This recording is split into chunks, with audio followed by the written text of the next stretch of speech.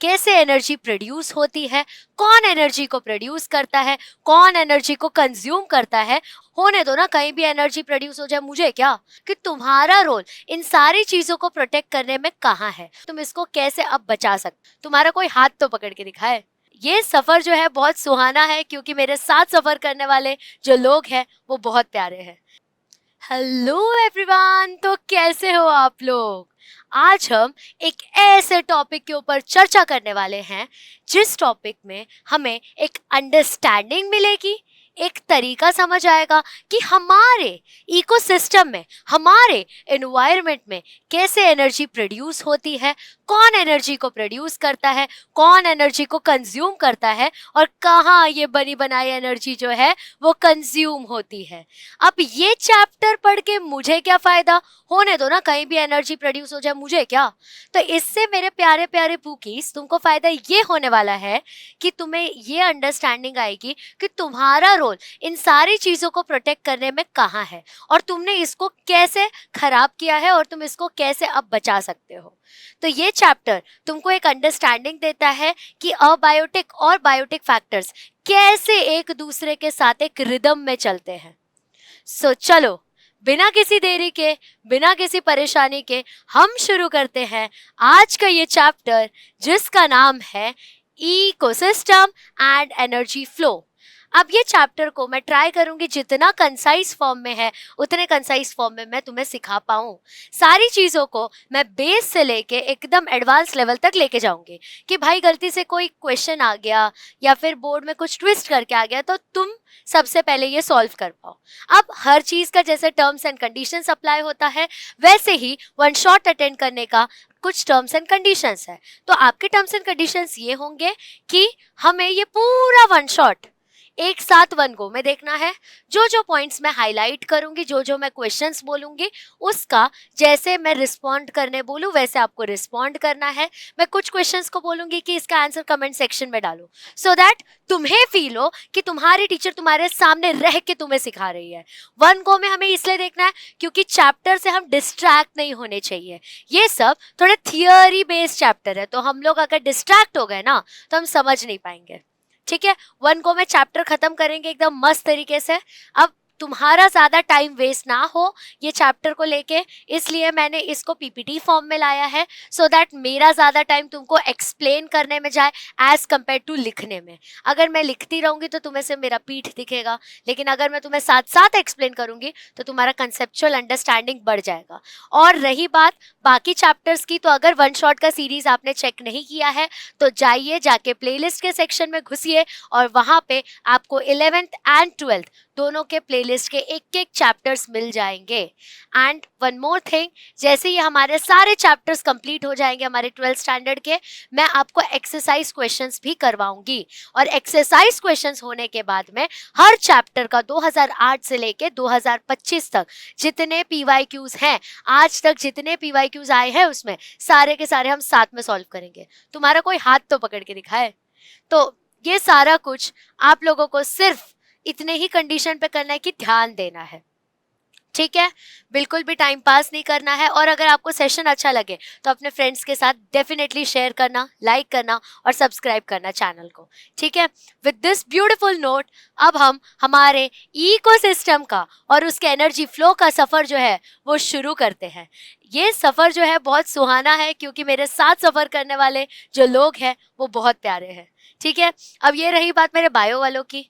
अब चलो मैं तुम सब के लिए एक मस्त न्यूज़ बताती हूँ। तो आप लोगों को अगर पता हो तो हमारा जो MVSAT है अब ऑनलाइन हो चुका है। ऑनलाइन होने के बेनिफिट्स ये हैं कि आप ना ही सिर्फ घर पे रजिस्ट्रेशन कर सकते हो, बल्कि आप रजिस्ट्रेशन के साथ साथ एग्जाम भी घर पे दे सकते हो अपने खुद के कन्वीनियंस पे। इससे आपको फ़ायदा क्या मिलेगा, तो 100% के अप्रॉक्सीमेटली आपको स्कॉलरशिप मिलने वाला है, साथ साथ में आपको बहुत सारे गिफ्ट्स मिलेंगे, एंड मोस्ट इम्पॉर्टेंटली आपको ये समझ आएगा कि आप पूरे महाराष्ट्र में किधर स्टैंड करते हैं एंड आप पूरे इंडिया में किधर स्टैंड करते हैं। साथ में आपको जिधर आपका कॉम्पिटेंसी बैठता है, जहाँ पे आपका अंडरस्टैंडिंग ज़्यादा बैठता है, वो भी समझ आएगा। तो ये सारी चीज़ें आपको सिर्फ एक रजिस्ट्रेशन से मिल सकती है। तो चलो मिलते हैं आपको देखूंगी मैं डेफिनेटली कि जब आप एमवी सैट के प्राइजेस ले रहे, उसके एंट्रेंस के थ्रू जब आप प्राइजेस ले रहे ना, I want you to see that. So let's get started. अब हम लोग ये ब्यूटीफुल से चैप्टर स्टार्ट करते हैं। ट्राई करेंगे कि एकदम क्विक लेकिन एकदम डीप वे में हम ये पूरे चैप्टर को सीखते जाए, ठीक है। एंड ये सब चीज़ें, ये सब शुभ शुरुआत करने से पहले हम एक शुभ शुरुआत करेंगे विद गणपति बप्पा मोरया। चलो, अब हमारे साथ जब गणपति बप्पा हो तो हमें बैकलॉग की टेंशन है? गणपति बप्पा मोरया, बैकलॉग की टेंशन छोड़ यार, शुरू करते हैं अब। तो अब प्यार से हम शुरू करेंगे energy flow in an ecosystem भैया। तो हर चीज को ना हम एक एक करके एकदम अंडरस्टैंडिंग वाइज समझ लेंगे। पहली बात तो एनर्जी फ्लो का अगर मैं बात करूं, इसका मतलब क्या चल रहा है? इसका मतलब कि कैसे हमारे तक एनर्जी आ रही है। हम इंसान हैं, बहुत ज़्यादा हमारे में वो रहता है कि भाई हमारा कैसे फ़ायदा हो रहा है। तो ये चैप्टर में भी हम यही समझना चाहते हैं कि ये जो पूरी एनर्जी है ये हमें मिल कहाँ से रही है। तो इसी वजह से अब हम शुरू करेंगे energy flow in an ecosystem के थ्रू। तो पहले ना भैया ये समझ लेते हैं कि एनर्जी का मतलब क्या होता है। तो मेरे सारे फिजिक्स के पूकीज को पता होगा कि एनर्जी का मतलब ही होता है कि भैया कैपेसिटी टू डू वर्क। अगर मैं कह दूं, अगर भैया जी मैं कह दूं कि मेरे अंदर क्षमता है कि मैं 10 किलोमीटर भाग सकती हूँ, तो भैया that is my energy, that is my potential to run for 10 kilometres.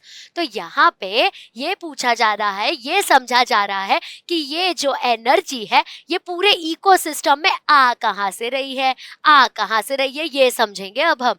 तो अब हमें सबको पता है कि हमें जो खाना देता है, हमारे जो प्राणदाता, हमारे जो अन्नदाता है, वो और कोई नहीं प्लांट्स है, वो होते हैं प्रोड्यूसर्स। और हम सारे नालायक जो है ना वो है कंज्यूमर। कोई प्राइमरी कंज्यूमर, कोई सेकेंडरी कंज्यूमर, कोई टर्शरी कंज्यूमर, कोई क्वाटरनरी कंज्यूमर, बट हम सब खाते हैं जो वो बनाते हैं। तो मेरा क्वेश्चन ये है कि भैया ये खाना बन कहाँ से रहा है? तो हम सबको पता है कि हमारा जो प्लांट है वो करता है भैया फोटोसिंथेसिस। अब फोटोसिंथेसिस का मतलब ही यही होता है कि भैया हम खाना बना रहे हैं in the presence of sunlight, यानी कि एनर्जी आने की शुरुआत ही कहाँ से हो रही है? तो सन से हो रही है। यहाँ पे मैं आपको हाइलाइटर के थ्रू सिखाते जाऊंगी सो दैट तुम्हारे दिमाग में बैठते जाए। अब यहाँ पे देखो, यहाँ पे मैटर है, ठीक है, यहाँ पे आया तुम्हारा सन।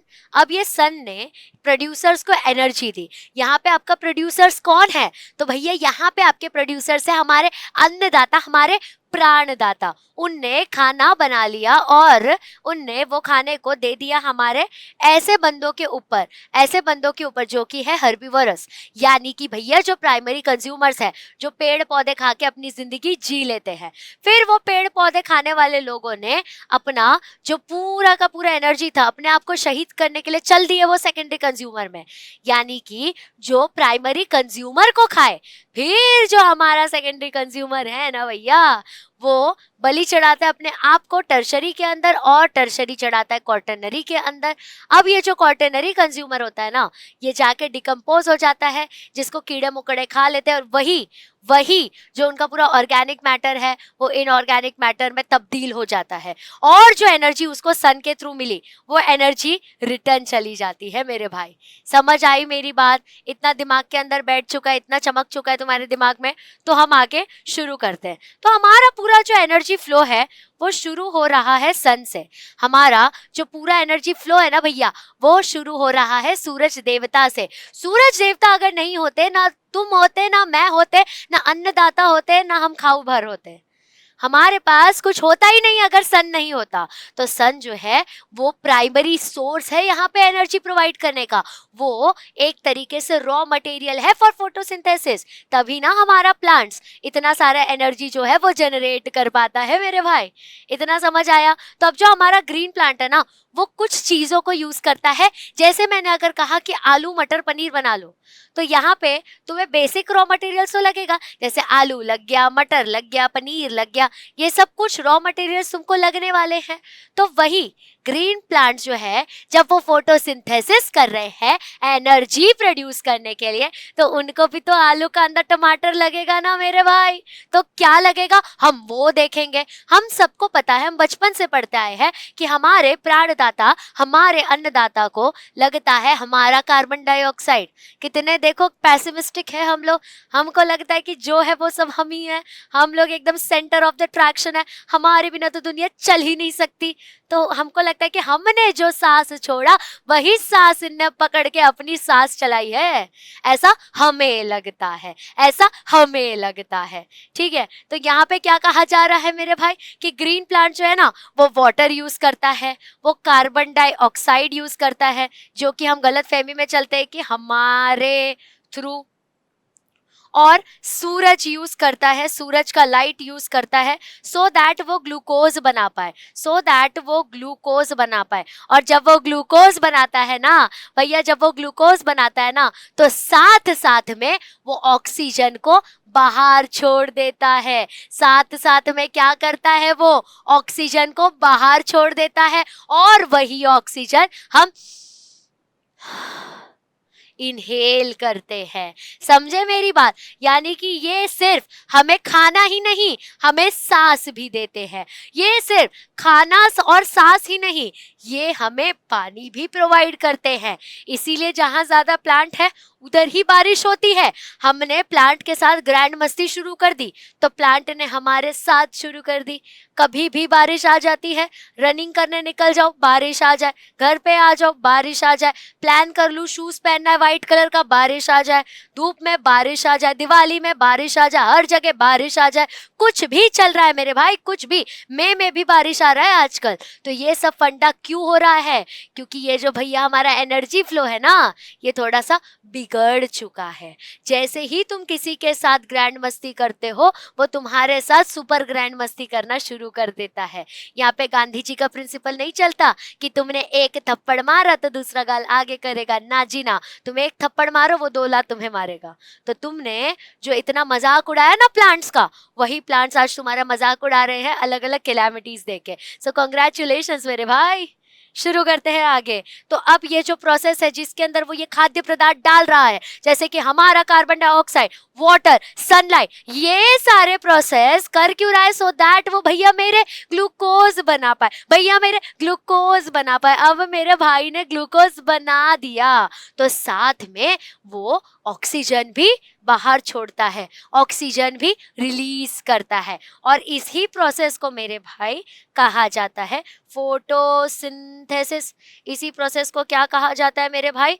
फोटोसिंथेसिस। तो फोटोसिंथेसिस होता क्या है? ये एक ऐसा प्रोसेस होता है जहाँ पे फूड प्रोडक्शन करते हैं हमारे प्राणदाता यानी कि plants with the help of water, फिर कार्बन डाइऑक्साइड और सनलाइट, और साथ में हमको वो ऑक्सीजन भी देते हैं। समझे मेरी बात? तो इस तरह हमारी प्रोड्यूसर्स की कहानी जो है ना ये शुरुआत होती है। समझे मेरी बात? आगे बढ़ते हैं, आगे बढ़ते हैं। अब हम लोग देखेंगे कि एनर्जी का मूवमेंट कैसा है, कि एनर्जी बन तो गई लेकिन ये मूव कैसे कर रही है। जब तक हमारी एनर्जी मूव नहीं करेगी तब तक वो एनर्जी हमारे तक पहुंचेगी कैसे, है ना? तो इसलिए हमें सीखना जरूरी है, एनर्जी फ्लो के पहले सीखना ये जरूरी है कि हमारी भैया एनर्जी मूव कैसे करती है। बन तो गई लेकिन वो बनने के बाद कैसे कैसे कौन से प्रोसीजर से आगे जाती है, ये सीखना इज वेरी इंपॉर्टेंट मेरे भाई। तो हम अब सीखेंगे मूवमेंट ऑफ एनर्जी, कि हमारी एनर्जी मूव कैसे कर रही है। तो अब देखो, जो एनर्जी का फ्लो होता है ना वो बहुत इंपॉर्टेंट फैक्टर होता है। किस चीज के लिए? क्योंकि वो कंट्रोल करता है what kind of organism live in an ecosystem and how many organisms the ecosystem can support. अगर ये फ्लो हमें नहीं पता होगा, अब फॉर एग्जाम्पल तुमने देखा होगा ऑक्यूपेंसी के बारे में, जैसे कि मान लो एक ऑटो है, उसके अंदर अगर 3 ही लोग बैठ सकते हैं तो हमारा जो ऑटो का फ्लो है वो डिटरमाइन करेगा कि कितने लोग बैठ सकते हैं और कौन से टाइप के लोग बैठ सकते हैं, है ना? तो वैसे ही तुम्हारा जो एनर्जी फ्लो है ना वो डिसाइड करता है कि कितने ऑर्गेनिज्म को वो एनर्जी प्रोवाइड कर सकता है और कैसे टाइप के ऑर्गेनिज्म को वो एनर्जी प्रोवाइड कर सकता है। मेरे भाई अगर सबके सब वेजिटेरियन हो गए ना तो भी दिक्कत होगा। याद है श्रावण का महीना, श्रावण के महीने में हमारे तो टाइट फिस हो जाती है, क्योंकि भाजी के दाम इतने महंगे हो जाते हैं, अचानक से सारे मांसाहारी शाकाहारी बन जाते हैं ओकेशनल देख के, ओकेशन देख के, है कि नहीं। तो अगर वैसे ही सारे मांसाहारी हो गए तो मांस भी बड़ा महंगा आ जाएगा। तो हर चीज का एक बैलेंस होना चाहिए भैया, एक बैलेंस होना चाहिए। इसीलिए ऐसा कहा जाता है कि जो आपका फ्लो ऑफ एनर्जी है ना, जो भैया आपका फ्लो ऑफ एनर्जी है ना, वो बहुत इंपॉर्टेंट फैक्टर है भैया। जो आपका फ्लो ऑफ एनर्जी है ना, वो बहुत इंपॉर्टेंट फैक्टर है, क्योंकि वो कंट्रोल करता है, क्योंकि वो कंट्रोल करता है कि कौन से टाइप का, कौन से काइंड का ऑर्गेनिज्म लिव करेगा उस पर्टिकुलर इकोसिस्टम में, और साथ साथ में कितने ऑर्गेनिजम्स यहाँ पे सस्टेन करेंगे, समझे, कितनों को वो सपोर्ट कर सकता है। तो चलो तुम लोगों के लिए एक क्वेश्चन डालती हूँ मैं, वो क्वेश्चन कमेंट सेक्शन में तुम लोगों को कमेंट करना है। ऐसे फर्स्ट क्वेश्चन 1 ऐसे डाल के, ऐसे थ्रू आउट द लेक्चर मैं तुम्हें मल्टीपल क्वेश्चंस पूछूंगी तुम्हारा क्रिटिकल थिंकिंग डेवलप करने के लिए, समझे मेरी बात। तो चलो मैं एक क्वेश्चन पूछती हूँ आप लोगों को, यहाँ पे मस्त सा प्यारा सा क्वेश्चन है, डिफाइन इकोसिस्टम। ठीक है मेरे भाई, ये आपका क्वेश्चन है जिसका आंसर जो है ना आप मुझे कमेंट सेक्शन में देने वाले हो, समझे मेरी बात, कि मूवमेंट क्यों इंपॉर्टेंट है। तो भाई मेरे, मूवमेंट के वजह से मुझे ये समझता है कौन से टाइप का ऑर्गेनिज्म रहता है और कितने टाइप के ऑर्गेनिजम्स को ये बंदा सपोर्ट कर सकता है, समझे मेरी बात। इतना अपने दिमाग के अंदर घुस गया। तो आगे बढ़ते, पहले ही हम लोग ये डायग्राम देख लेते हैं। ये देखो, यहाँ पे हमारे सूरज देवता है, सूरज देवता ने इनको एनर्जी दी, इनने इनको खाना दिया, फिर इनको खाने वाला ये हमारा प्राइमरी कंज्यूमर हो गया, प्राइमरी को सेकेंडरी ने खाया, सेकेंडरी को टर्शरी ने खाया, टर्शरी को डिकम्पोजर्स ने डिकम्पोज कर दिया, और जहां से आए हैं, जिस माटी से आए हैं उसी माटी में डाल दिया, समझे मेरी बात। तो जब तुम्हारे पूर्वज कहते थे ना कि तुम माटी से आए और माटी में चले जाओगे, हमारा बात वो गलत नहीं था। जो हमारे पूर्वज है, स्पेशली जो इंडियन रिचुअल्स के पूर्वज होते थे ना, हर चीज साइंस बैक्ड अप रहता था, बट स्टोरी के फॉर्म में बताते थे। अब तुम एक बात बताओ, अगर मैंने तुम्हें ये कहा कि भाई संध्या काल में सो मत, तुम मानोगे मेरी बात? नहीं मानोगे। बट उसी जगह अगर मैंने ये कहा कि गधा वेड़ में अगर तुम सो गए तो तुम गधे बन जाओगे, और तुम उस टाइम के हो, तो मान लोगे कि नहीं? अब उसके पीछे साइंस बैक्ड अप रीजन था कि उस टाइम पे हमारा बॉडी जो है वो ट्रांजिशन कर रहा है, इसके वजह से अगर हम उस टाइम सो गए ना तो हमें एसिडिटी की प्रॉब्लम हो सकती है। तो कभी कभी जो बड़े बोलते हैं वो सही भी होता है, समझे मेरे भाई। आगे बढ़ते हैं अब, ठीक है। बीच बीच में पानी पीते रहना, क्योंकि आज का चैप्टर इस मस्त वाला, एक ही गो में चैप्टर खत्म हो जाए वैसा है। मतलब तुमने एक वीडियो देख लिया ना, तुम्हारा चैप्टर तो फिनिश हो गया। और डोंट वरी, मैं एक एक का बुक एक्सरसाइजेस भी तुम्हारे लिए डालूंगी, ठीक है। तो उसका टेंशन तुम्हें बिल्कुल नहीं लेना है। When I am here, why fear when Radha is here, simple.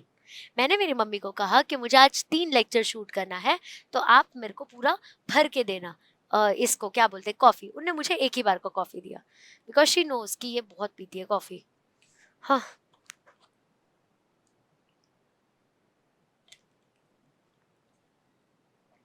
ठीक है भैया। अब हम लोग प्राइमरी एनर्जी सोर्स के बारे में पढ़ेंगे। एक ही मिनट रुकना खाली।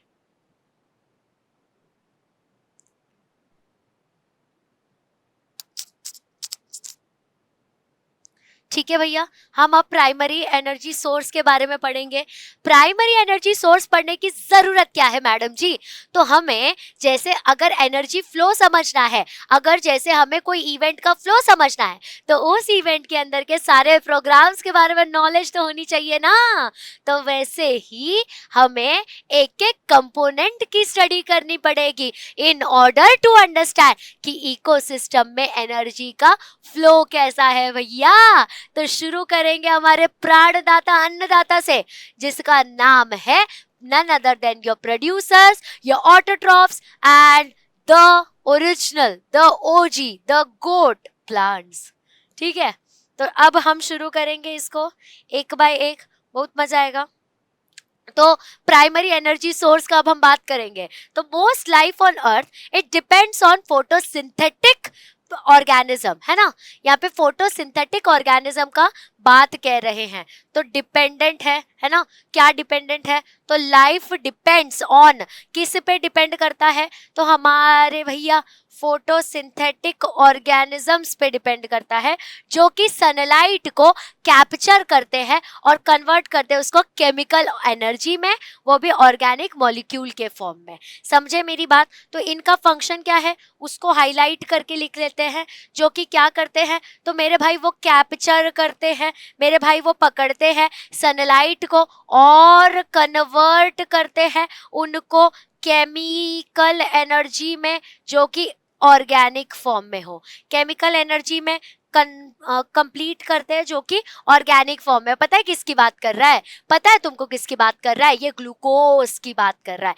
किसकी बात कर रहा है भैया? ग्लूकोज की बात कर रहा है। तो ये ऑर्गेनिक मॉलिक्यूल में कन्वर्ट करने की बातचीत चल रही है। अब यही ऑर्गेनिक मॉलिक्यूल्स जो है ना, वो वही होते हैं जिसको हम लोग कहते हैं फूड फूड फूड।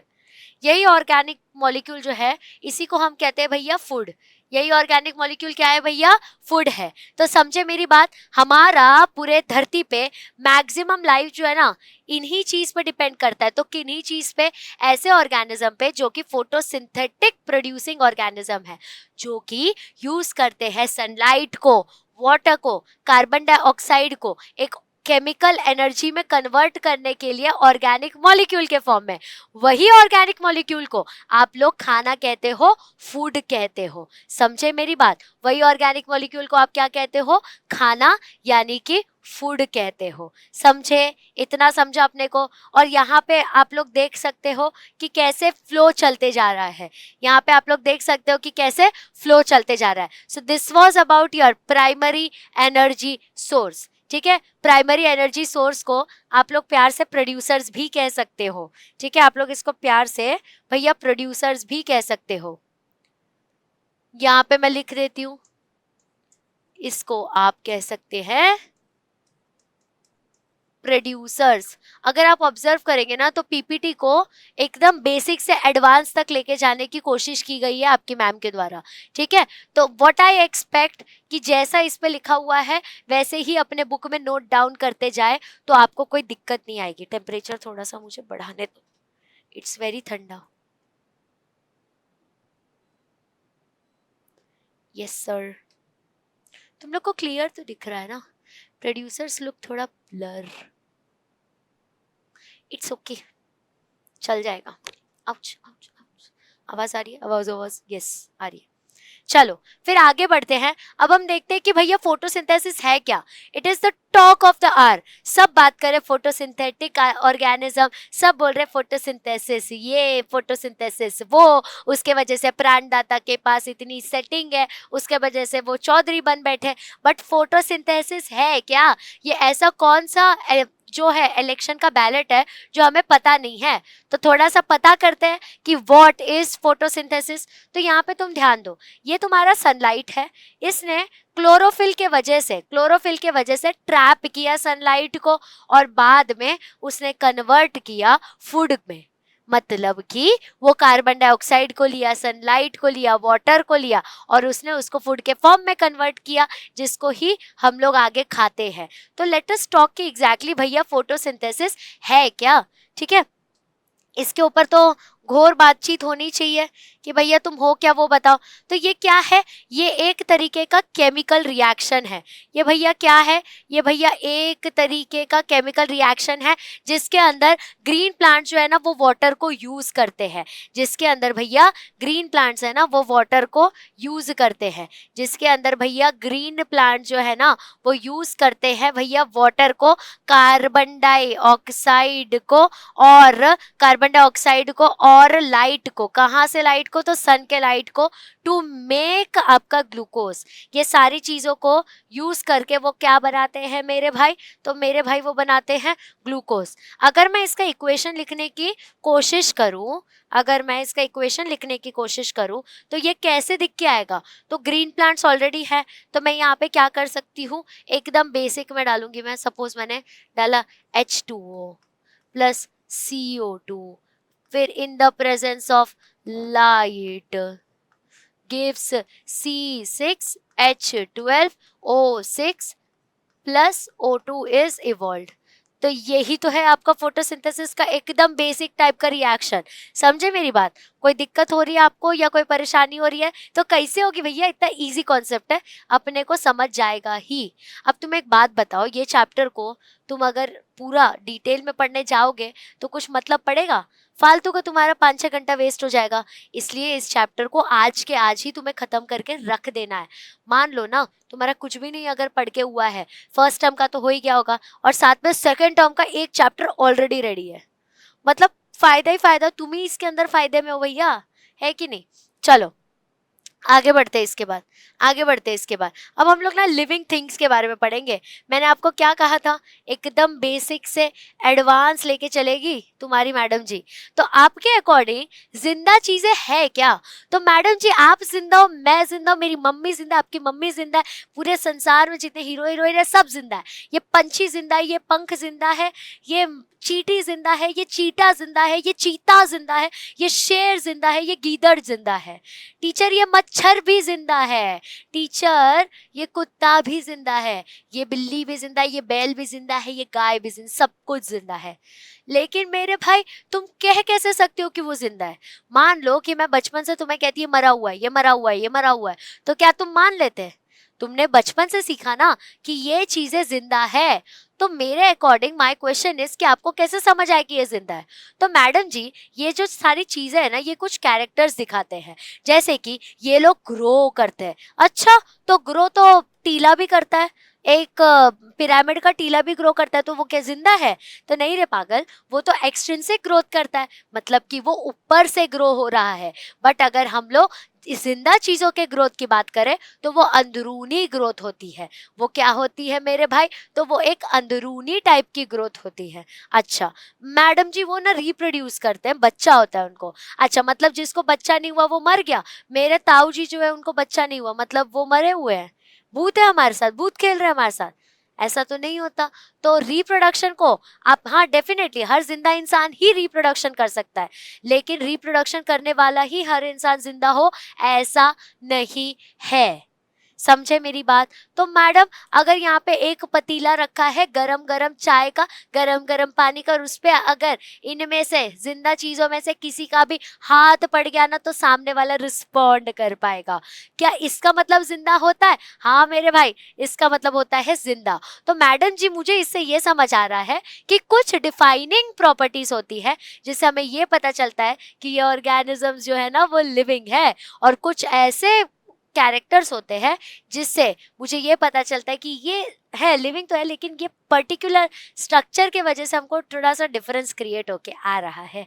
ठीक है, तो उसी तरीके से हम पता कर पाते हैं कि एक ऑर्गेनिज्म लिविंग है कि नॉन लिविंग है। अब हमें ये जानना इसलिए जरूरी है क्योंकि इकोसिस्टम का एक मेजर पार्ट जो है ना वो लिविंग ऑर्गेनिजम्स होता है मेरे भाई।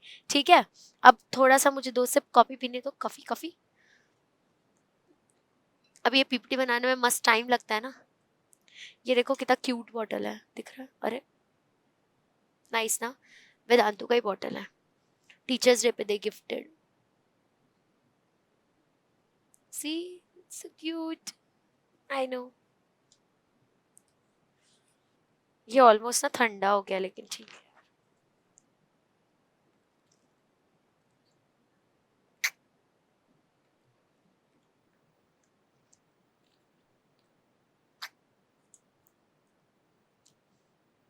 मैं ना शुगर खाती ही नहीं बिल्कुल, और अगर मुझे कहीं बहुत ज़रूरत है ना शुगर का तो व्हाट आई डू, मैं शुगर फ्री के थ्रू वो पर्टिकुलर चीज़ खाती हूँ। तो मैं मम्मी को, मम्मी आइसक्रीम बनाओ ना शुगर फ्री डाल के।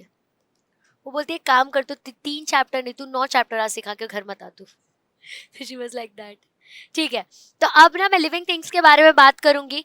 तो भैया सारे लिविंग थिंग्स जो है ना, यहाँ पे सारे लिविंग थिंग्स जो है ना, जितने लिविंग ऑर्गेनिजम्स है उन सबको चाहिए फूड।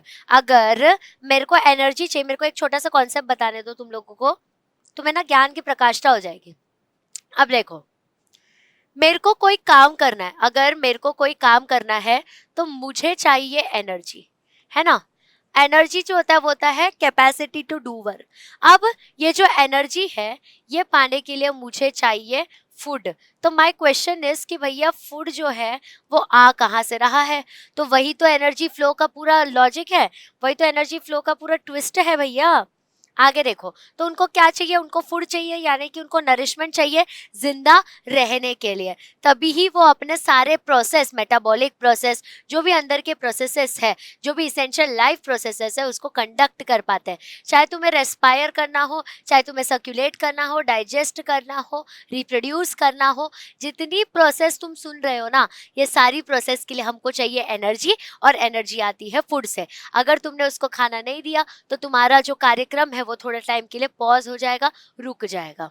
ठीक है, तो यहाँ पे ध्यान देना कि नरिशमेंट चाहिए जिंदा रहने के लिए, नरिशमेंट चाहिए जिंदा रहने के लिए। लिविंग थिंग जो है ना इकोसिस्टम में, वो डिपेंड करते हैं एक दूसरे के ऊपर खाना खाने के लिए। तो हमारा जो लिविंग थिंग्स है इकोसिस्टम में वो डिपेंड करता है, हमारा जो लिविंग थिंग्स है वो इकोसिस्टम में डिपेंड करता है on each other for food. Madam ji ये बात पे मैं कैसे मानूं? मैं मान ही नहीं सकता। तो मैं तुम लोगों को एक छोटा सा यहाँ पे एग्जाम्पल दे देती हूँ, तो तुम्हारे दिमाग में ज्ञान की प्रकाष्ठा हो जानी है। अब यहाँ पे है मेरा प्लांट, ठीक है, प्लांट भी लिविंग है, प्लांट को खाया प्राइमरी कंज्यूमर ने, ठीक है। अब प्राइमरी कंज्यूमर को खाया सेकेंडरी कंज्यूमर ने, सेकेंडरी कंज्यूमर को खाया भैया टर्शरी कंज्यूमर ने, और इसको खा लिया भैया डिकम्पोजर ने, ठीक है। तो इस तरीके से सारे भैया लोग एक दूसरे पे डिपेंडेंट है सो दैट उनको खाना मिल सके। अब प्लांट्स भी हम पे कैसे डिपेंडेंट है कि हमारा जो शरीर का ऑर्गेनिक मैटर इनऑर्गेनिक में कन्वर्ट होता है ना, तो तब जाके वो लोग ज्यादा बेटर ग्रो कर पाते हैं, ठीक है। अभी मेरा भाई था क्या, मेरा भाई है, एक दिन मुझे बोलता है दीदी तुझे नहीं लगता कि हम प्लांट्स को नहीं उगा रहे, प्लांट्स हमें उगा रहे हैं? मतलब वो ऐसा थोड़ा तिगड़मबाजी वाले क्वेश्चंस पूछता रहता है। तो बोलता है कि मतलब ना देख, प्लांट्स हमको खाना खिलाता है, हमको पानी देता है, हमको शेड देता है, हमको रहने देता है, हमको सब कुछ देता है, पर उसके बाद ना जैसे हम मर जाते हैं, हमारे ही जो ऑर्गेनिक मैटर है उसके थ्रू वो ज्यादा बेटर ग्रो कर पाता है। तो क्या प्लांट हमें नहीं उगा रहा है? मैं भी शौक में चली गई, मतलब थोड़ा सा एकदम ब्लैक होल वाली बातें कर देता है वो कभी कभी।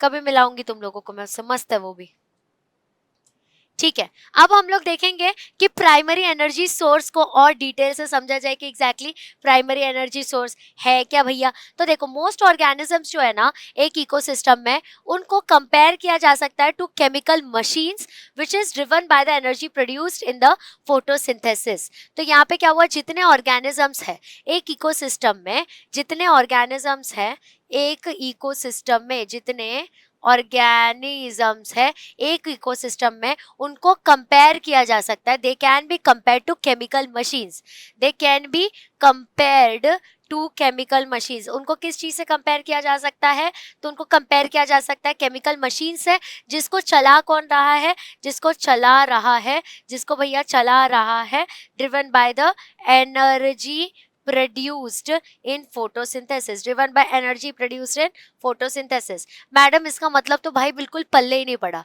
तो अभी ध्यान दो, अब जैसे मेरे को गाड़ी चलानी है, तो वो गाड़ी के अंदर, वो गाड़ी चलाने के लिए मुझे एक फ्यूल की जरूरत है। जब तक मैं उसमें फ्यूल नहीं डालूंगी मेरी गाड़ी चलेगी ही नहीं। तो वैसे ही यहाँ पे अगर मैं इस तरीके की बात करूँ, मल्टीवर्स की बात करूँ, जैसे अभी मेरे भाई की बात मैंने बताई, तो वैसे ही यहाँ पे जितने ऑर्गेनिज्म है ना, ये समझ लो एक केमिकल मशीन चला रहे हैं, उसमें चल रहे हैं, जिसको चलाने वाला वही फूड मटेरियल है जो कि फोटोसिंथेसिस के दौरान बना। समझे मेरी बात? अगर हम सब एक्टिवा है तो प्लांट जो है ना वो एक तरीके से फ्यूल है, पेट्रोल है, जो उसको चलाने में हेल्प करता है।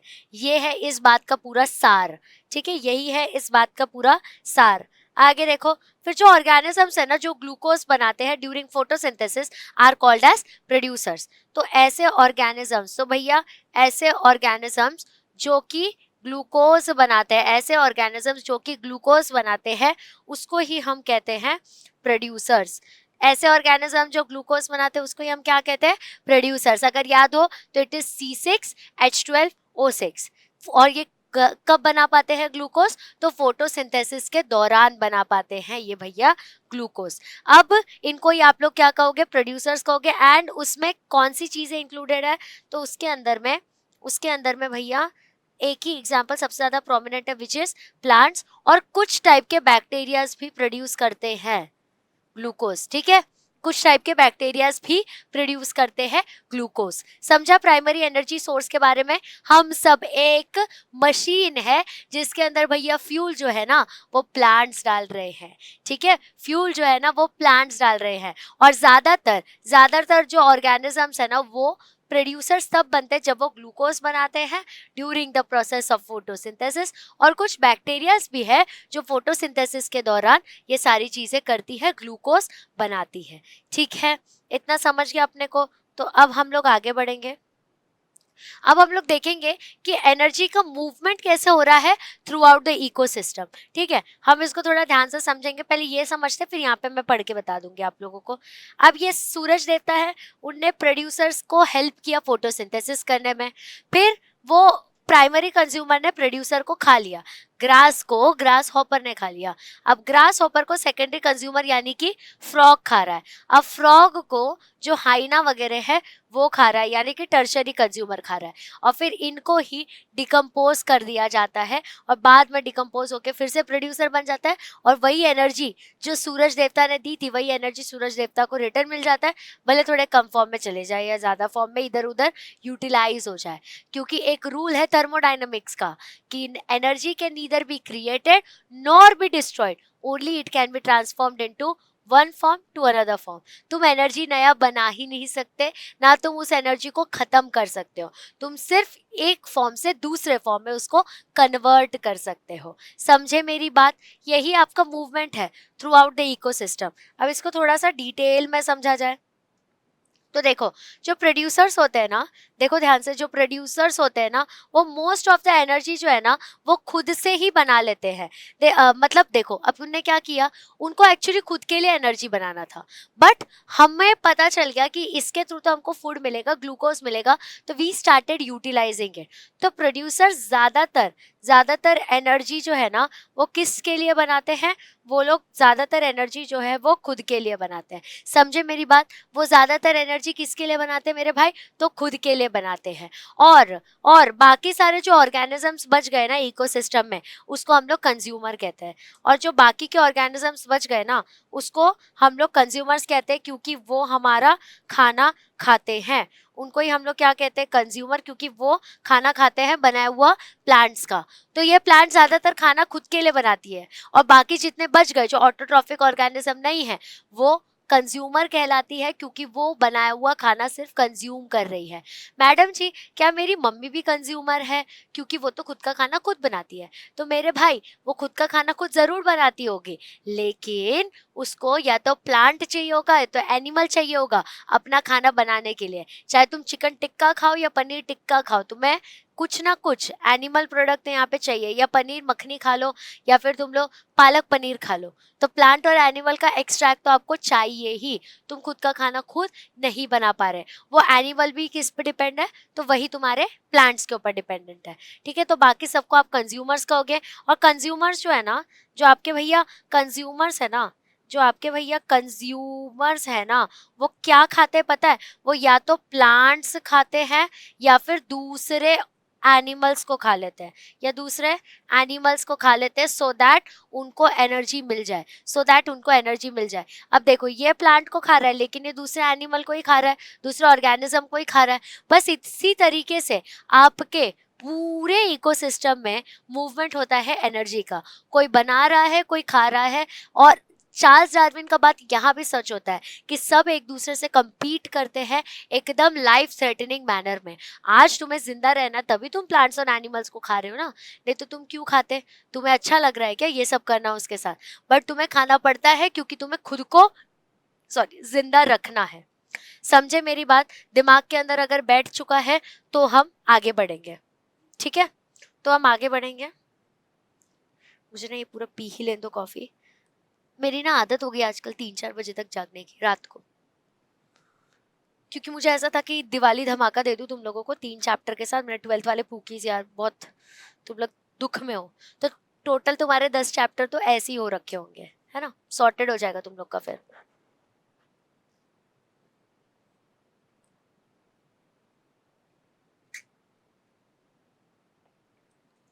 तुम लोग पानी पी लो तब तक।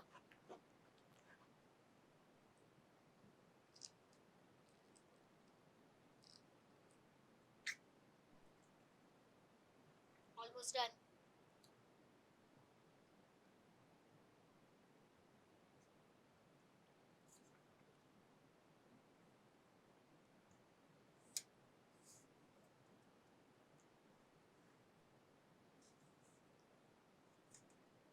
अभी बस इतना ही बाकी है, इतना पी ले।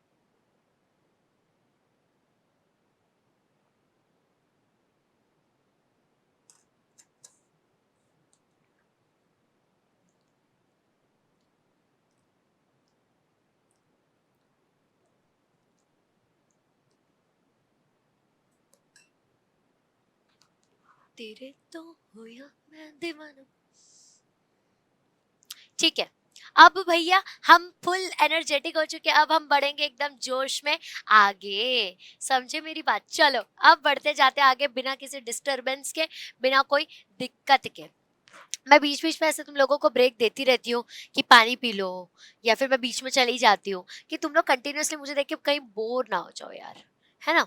और ट्रस्ट मी, मैं आप सबके कमेंट्स देखती हूँ, सबके कमेंट्स, और जो जो आप लोग अप्रिशिएट करते हो ना, I am really grateful for it.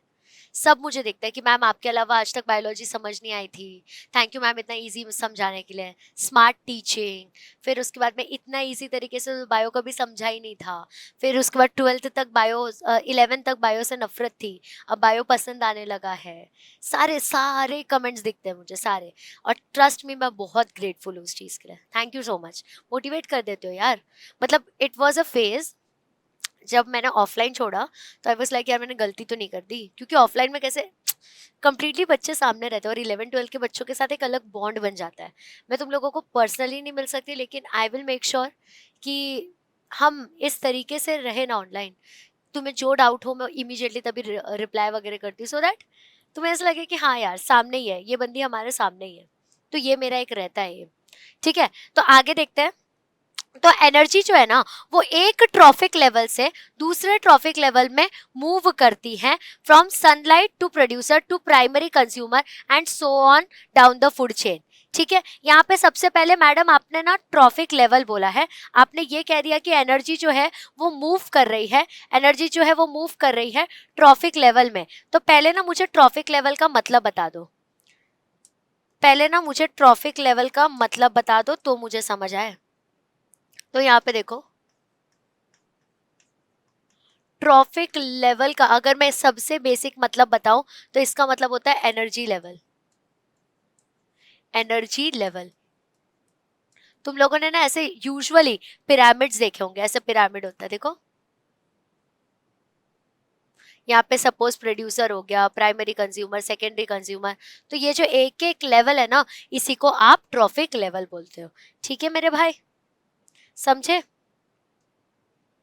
तो अब तुम लोग देखोगे कि जो एनर्जी होती है ना, वो मूव हो रही है एक एक ट्रॉफिक लेवल से आगे आगे बढ़ती जाती है। शुरुआत होती है सनलाइट पे, फिर सनलाइट के बाद वो चला जाता है प्रोड्यूसर्स में, फिर प्रोड्यूसर के बाद वो चला जाता है प्राइमरी कंज्यूमर में, फिर उसके बाद वो धीरे धीरे धीरे धीरे करके आगे जाता रहता है। ये देखो, ये सूरज देवता है, इन्होंने प्रोड्यूसर्स को अपनी सूर्य दृष्टि दिखाई, फिर वो प्रोड्यूसर्स को खाने वाला प्राइमरी कंज्यूमर, फिर प्राइमरी कंज्यूमर को खाने वाला सेकेंडरी कंज्यूमर, फिर टर्शरी कंज्यूमर, और इन सब को खा सकता है डिकम्पोजर, सो दैट वो उनकी एनर्जी रिटर्न कर सके, because energy can neither be created nor be destroyed, और सिर्फ तुम उसको एक फॉर्म से अदर फॉर्म में ट्रांसफॉर्म कर सकते हो।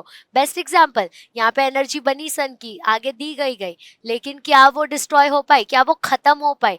तो नहीं, यहाँ से दूसरे फॉर्म में वो सिर्फ कन्वर्ट हो गई। समझे मेरी बात? कितना ईजी था, इससे ईजी वे ऑफ अंडरस्टैंडिंग तो होगा ही नहीं, है ना। चैप्टर भी ईजी है रे, और तुम लोग बहुत स्मार्ट हो, मैं तुम्हारे कमेंट्स देखती हूँ ना, आई अंडरस्टैंड। ठीक है, अब हम लोग फूड चेन के बारे में बात करेंगे। तो मैडम फूड चेन का मतलब क्या होता है? अब तुम बताओ कि चेन का मतलब क्या होता है। तो चेन का मतलब होता है मैम कि एक तरीके से एक बोलते ना माला बना हुआ है, एक स्ट्रक्चर है जो कि कंटिन्यूअस स्ट्रक्चर है। तो मुझे लगता है ना मैम उसको चेन कहते हैं। ठीक है, बराबर, कंटिन्यूअस स्ट्रक्चर हो गया वो। लेकिन मैम फूड का मतलब क्या हो गया फिर, इसमें फूड चेन क्यों हो गया? तो ये एक ऐसा फ्लो है, एक ऐसा कंटिन्यूअस स्ट्रक्चर है जिसके अंदर फूड जो है वो हमारे सन से लेके पूरा डिकम्पोजर लेवल तक घूम रहा है, घूम रहा है, घूम रहा है। इसीलिए इसको फूड चेन कहा जाता है। फूड चेन ना स्पेसिफिक हैबिटेट के अकॉर्डिंग स्टडी किया जाता है, यानी कि एक्वेटिक का अलग फूड चेन होगा, टेरेस्ट्रियल का अलग फूड चेन होगा, एम्फीबियंस का अलग फूड चेन होगा। तो ये सारे थोड़ी हैबिटेट स्पेसिफिक होते हैं। चलो फिर इसको डिटेल में पढ़ा जाए। ठीक है, जो पाथ होता है ना, द पाथ छी, तो भैया जो पाथ है ना एनर्जी का, जो पाथ है ना एनर्जी का through the trophic level of an ecosystem is called as food chain. ठीक है, तो जो पाथ होता है एनर्जी का थ्रू द ट्रॉफिक लेवल्स, जो पाथ होता है एनर्जी का थ्रू द ट्रॉफिक लेवल्स, उसको ही हम लोग क्या कहते हैं मेरे भाई? तो उसको ही हम लोग कहते हैं फूड चेन। उसको ही हम लोग क्या कहते हैं? फूड चेन कहते हैं। तो बेसिकली कौन से पाथ से वो पूरा का पूरा खाना खाने का जो प्रोसीजर है कि कौन किसको खाएगा, कौन किस पे डिपेंडेंट है, उसी पाथ को, उसी रास्ते को हम लोग क्या कहते हैं? तो फूड चेन कहते हैं। जैसे यहाँ पे प्रोड्यूसर्स को खाने वाला प्राइमरी कंज्यूमर, प्राइमरी को खाने वाला सेकेंडरी, सेकेंडरी को टर्शरी, टर्शरी को डिकम्पोजर, फिर वो वहाँ रिटर्न चले जाना। तो ये जो पूरा पाथवे है ना, इसी को हम फूड चेन कहते हैं कि मतलब कौन किसको खा रहा है उसका एक तरीके से मैपिंग हो जाना। ठीक है, अब फूड चेन जो है ना आपका, वो स्टार्ट जो होता है ना, फूड चेन जो है ना आपका वो स्टार्ट होता है, food chain starts with producers. Food chain किससे स्टार्ट होता है भैया? तो वो प्रोड्यूसर से स्टार्ट होता है। जैसे प्लांट्स हो गए, अलगे हो गया, बैक्टीरिया हो गया, उन सब से स्टार्ट हो जाता है, जो कि यूज करते हैं सनलाइट को और कन्वर्ट करते हैं। ग्रीन यूज किया है क्या? ठीक है, जो कि यूज करते हैं भैया सनलाइट को और कन्वर्ट करते हैं उसको फूड एनर्जी में। ठीक है, और कन्वर्ट करते हैं उसको फूड एनर्जी में यानी कि ग्लूकोज में। ठीक है, तो ये फूड चेन का एकदम बेस हो गया। शुरुआत कर दी हमने कि एग्जैक्टली फूड चेन क्या है। तो मैम वो एक पाथवे है जिसके थ्रू हमको ये पता चलता है कि कौन किसको खा रहा है। ठीक है, अब वो खाया किसने वो हमको समझ गया, और बाद में हमको ये पता चल जाता है कि सनलाइट ये यूज करते हैं और फिर कन्वर्ट करते हैं ये फूड एनर्जी में। ठीक है, इतना समझा? मतलब इसने क्या किया, इसने सनलाइट को यूज किया और बाद में उसी को फूड एनर्जी में कन्वर्ट कर दिया। तो यही आपका फूड चेन है, हमको बेस समझ चुका है फूड चेन का। अब हम लोग बिना किसी दिक्कत के और परेशानी के बढ़ेंगे आगे। अब जब हम आगे बढ़े ना तो हमें फूड चेन में और डिटेलिंग समझ आएगी। तो सबसे ऑब्वियस एस्पेक्ट जो होता है ना नेचर का, वो ये होता है कि एनर्जी जो है ना वो एक लिविंग ऑर्गेनिज्म से दूसरे तक पास होना ही चाहिए। सबसे बेसिक, सबसे ऑब्वियस एस्पेक्ट जो हो गया, जो सबसे ऑब्वियस एस्पेक्ट हो गया ना नेचर का, सबसे ऑब्वियस एस्पेक्ट जो हो गया ना नेचर का, वो क्या है पता है? सबसे ऑब्वियस एस्पेक्ट जो हो गया ना नेचर का वो ये है कि जो एनर्जी है ना, it should pass from one living organism to the other living organism.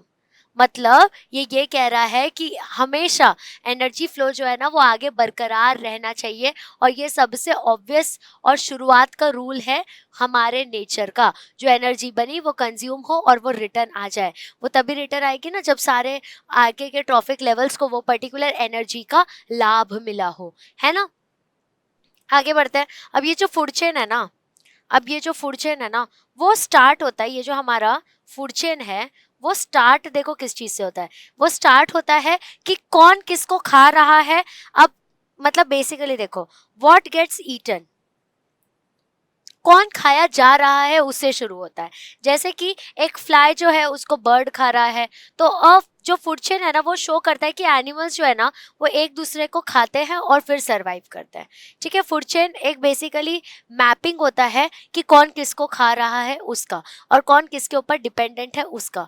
ठीक है, तो फूड चेन स्टार्ट ही वहां से होता है कि कौन किसको खा रहा है और उसके थ्रू एनर्जी मिल रहा है। और ये ना अपना नेचर छोड़ते नहीं है। जो नेचर, अब हमारे इसमें भी तुम लोगों ने ना कुछ ऐसे कैनिबलिज्म वालों को सुना होगा कि एक केस आया था जो इंसानों को, बच्चों को पकड़ लेता था। उसके ऊपर ना एक नेटफ्लिक्स का डॉक्यूमेंट्री भी है, याद नहीं, 11th फेल वाला जो हीरो है ना, नाम याद नहीं आ रहा है यार उसका, उसने बनाया उसके ऊपर। तो वो बच्चों को पकड़ता था और उनको खा लेता था, लड़कियों को या बच्चों को पकड़ के खा लेता था वो। तो जो अपने नेचर के रूल से बाहर जाता है उसको हम लोग क्राइम बोल देते हैं। अलाउड नहीं होता इन लोगों को ऐसे कैसे भी खा लेना। तो वो उसको ही इसलिए कैनिबलिज्म में कंसिडर किया जाता है। ठीक है, अब पहले के टाइम पे जब नहीं पता था, अब एक डॉक्यूमेंट्री है, होमोसेपियंस के बुक से इंस्पायर्ड डॉक्यूमेंट्री है, सर्च करना, नाम नहीं लूंगी, प्रमोशन क्यों करूँ फ्री में। तो वो डॉक्यूमेंट्री में दिखाया गया है कि नियंदरथल मैन है ना, उनको एक्सटिंक्ट कैसे कराया ना हम लोगों ने उसके ऊपर। तो उनको लिटरली हम पकड़ पकड़ के खा जाते थे, तो इस वजह से एक्सटेंट हो गए वो, और आज हम यहाँ सरवाइव कर पाए हैं। वो थोड़ा सा फिक्शनल टाइप का डॉक्यूमेंट्री है लेकिन बहुत मस्त डॉक्यूमेंट्री है। फूड चेन एक्सप्लेन करने के लिए ना मैंने सेमिनार में एक बार दिखाया था, जब मैं सेमिनार कंडक्ट कर रही थी अपने ऑफलाइन के टाइम पे, तब दिखाया था मैंने। ठीक है, आगे बढ़ते हैं, अब आगे बढ़ते हैं। अब हमारा जो टॉक मतलब टॉपिक है, सबसे ज्यादा बात करने वाला टॉपिक है, उसके बारे में बात करेंगे, जिसका नाम है भैया प्रोड्यूसर्स। तो प्रोड्यूसर्स का मतलब ही यही होता है कि कुछ तो प्रोड्यूस कर रहे हैं। तो यहाँ पे तुमको और मुझको दोनों को बताए कि प्रोड्यूसर्स यहाँ पे है कौन।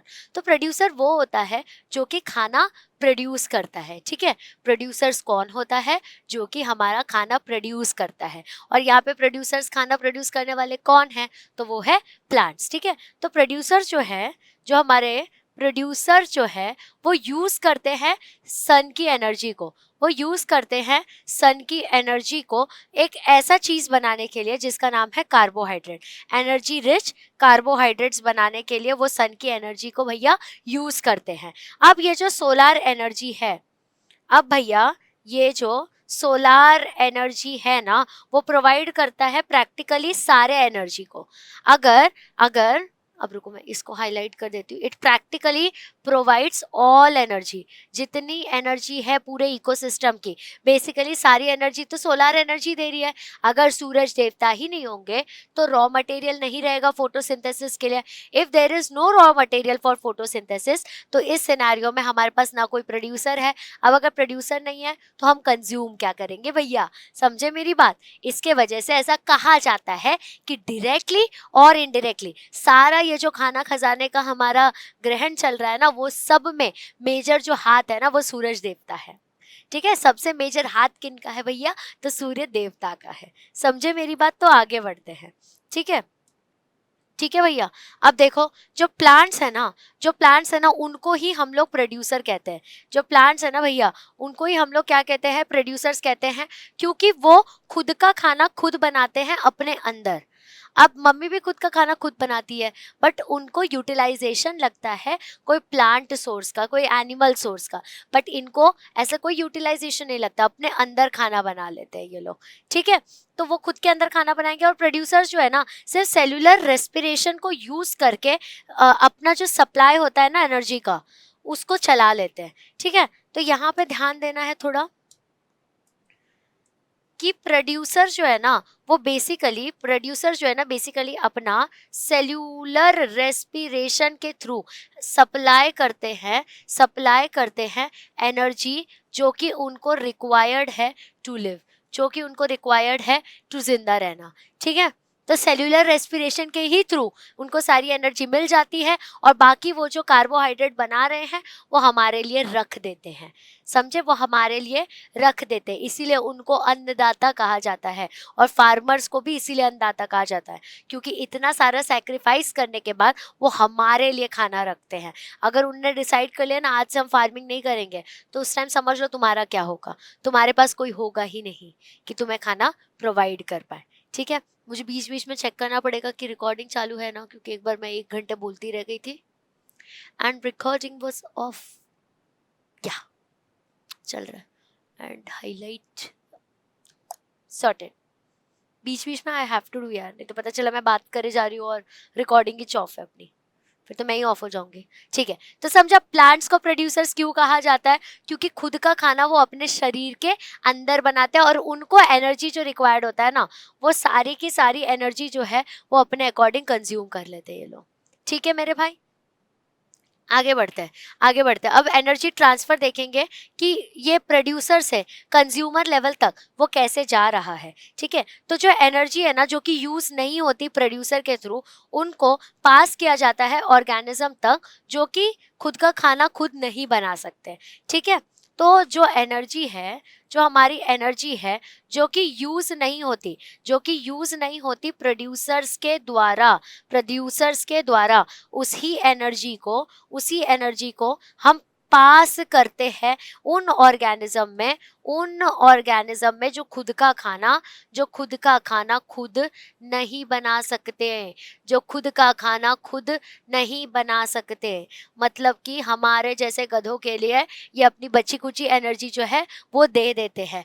मान लो इसके पास 2 रोटी है, तो अगर ये आधे रोटी में सरवाइव कर पाता है ना तो वो कर लेता है और बाकी 1.5 रोटी हम लोगों को दान कर देता है। इसीलिए हमेशा जब जब प्लांट्स आया है तो तुम्हारी मैडम ने उसको अन्नदाता कहा है, क्योंकि इतना सैक्रिफाइस करते हैं वो सिर्फ तुम्हारे और मेरे लिए।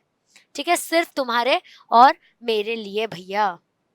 अब देखो, अब एक प्रॉपर एनर्जी फ्लो देख लो तुम्हारे इकोसिस्टम के अंदर। सूर्य देवता है, उनने प्लांट्स में दिया, दिख तो रहा है ना, हाँ सूर्य देवता है, उन्हें प्लांट्स को एनर्जी दिया, फिर प्लांट्स ने वही सन के थ्रू एनर्जी बनाया, कार्बोहाइड्रेट को स्टोर किया, अपना सेल्यूलर रेस्पिरेशन के थ्रू खुद कंज्यूम कर लिया और दे दिया हर्बीवोरस को। अब हर्बीवोरस जो है ऐसे ऑर्गेनिज्म होते हैं जो कि प्लांट्स खा के सर्वाइव करते हैं, जिनको प्राइमरी कंज्यूमर भी कहा जाता है। फिर वही प्राइमरी कंज्यूमर को खाने के लिए ओमनीवर्स आ जाते हैं जो कि प्लांट्स और एनिमल्स दोनों को खा सकते हैं। वही ओमनीवर्स को खाने के लिए अदर कार्निवोर्स आ सकता है। अब ये ओमनीवर कार्निवोर के जगह पे आप सेकेंडरी कंज्यूमर, टर्शरी कंज्यूमर ये सब भी यूज कर सकते हो। मैडम जी आप कब से ना डिकम्पोजर्स वगैरह बहुत बोल रहे हो, तो ये डिकम्पोजर होता क्या है? तो डिकम्पोजर एक ऐसा टाइप का ऑर्गेनिज्म है जो कि डेड और डीकेइंग मैटर पे जिंदा रहता है, सर्वाइव करता है। तो जब हमारा बॉडी डेड और डीके हो जाने लगता है ना, तो डीके करने के प्रोसेस को ही करने वाला बंदा डिकम्पोजर होता है और उसके एनर्जी का ब्रेक डाउन करके वो रिटर्न एनर्जी भेज देता है, क्योंकि energy can neither be created nor be destroyed, only it can be transformed into one form to another form. यही है आपका एनर्जी फ्लो आपके पूरे इकोसिस्टम के अंदर। समझे मेरी बात? अब इसमें कोई भी डाउट है क्या? तो अगर डाउट नहीं है तो हम आगे बढ़ेंगे। ठीक है, अब देखते हैं कि एग्जैक्टली एनर्जी ट्रांसफर कैसे होती है। तो 2 तरीका होता है एनर्जी ट्रांसफर होने का, एक होता है फूड चेन, एक होता है फूड वेब। तो मैम फूड चेन और फूड वेब में डिफरेंस क्या होता है? जो फूड चेन होता है ना वो हैबिटेट स्पेसिफिक होता है, यानी कि जैसे मैं सिर्फ एक्वाटिक को देख लूँ, मैं सिर्फ एरियल को देख लूँ, मैं सिर्फ टेरेस्ट्रियल को देख लूँ, सिर्फ आर्बोरियल को देख लूँ। बट फूड वेब का मतलब क्या होता है ना, अब एक बात बताओ, क्या घास खाने वाला सिर्फ ग्रास होपर होगा? नहीं ना, बहुत सारे ऑर्गेनिजम्स होंगे जो घास खाते हैं। अब वही ऑर्गेनिज्म को खाने वाले भी बहुत सारे डिफरेंट ऑर्गेनिज्म होंगे। तो जब एक मकड़ी के जाले जैसा सारे ऑर्गेनिज्म, सारे हैबिटेट को मिला के हम एक फूड चेन बनाते हैं ना, वही बाद में जाके फूड वेब बन जाता है। यानी कि क्लस्टर ऑफ किसने किसको खाया, यानी कि क्लस्टर ऑफ किसने किसको खाया, इसी को हम फूड वेब कहते हैं। यही मेजर डिफरेंस है between food chain and food web. Food chain क्या होता है?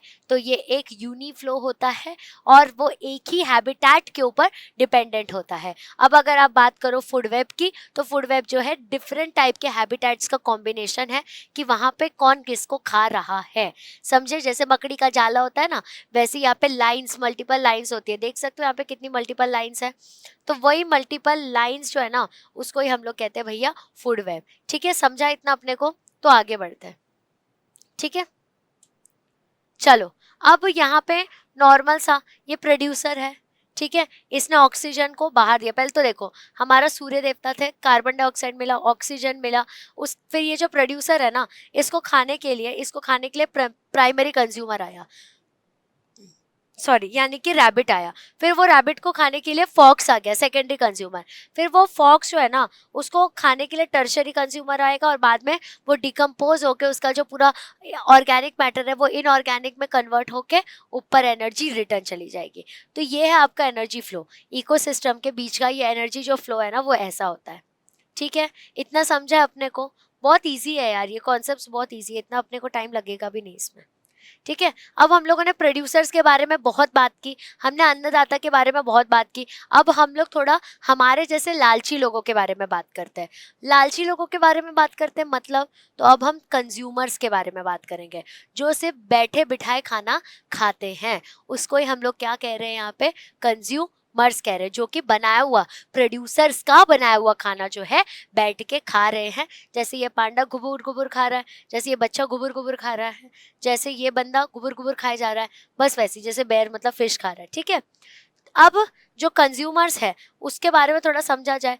तो भैया कंज्यूमर्स होता क्या है? तो कंज्यूमर एक ऐसा बंदा होगा जो कि कंज्यूम करता है, जो कि खुद का खाना खुद नहीं बना सकता, जो खुद का खाना खुद नहीं बना सकता, बट वो खाना लेता है। बट वो खाना ले पाता है कहाँ से?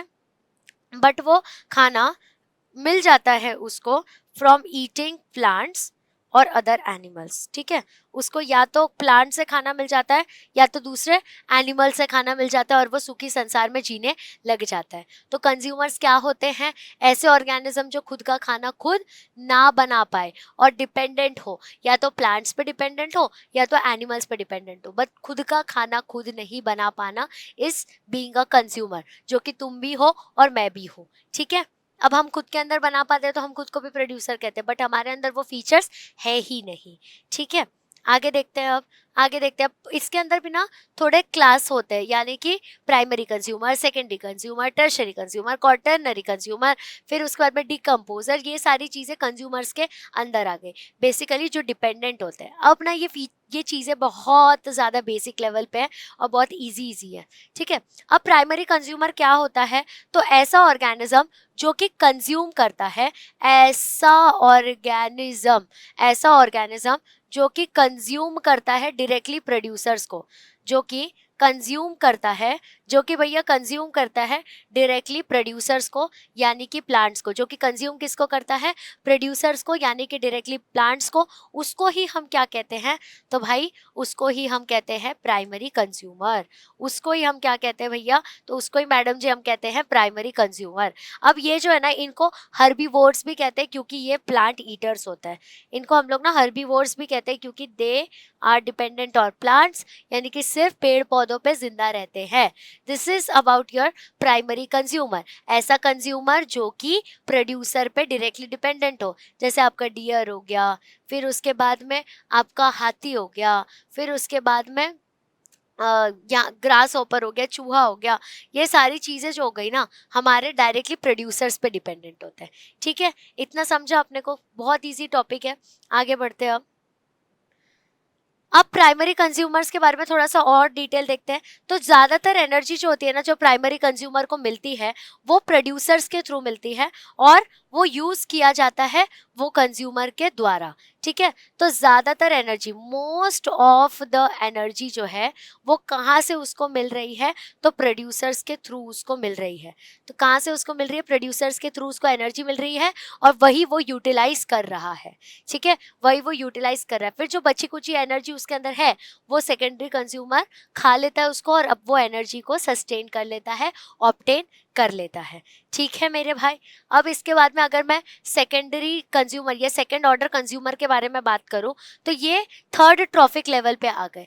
अब ट्रॉफिक लेवल के बारे में अगर बात करो,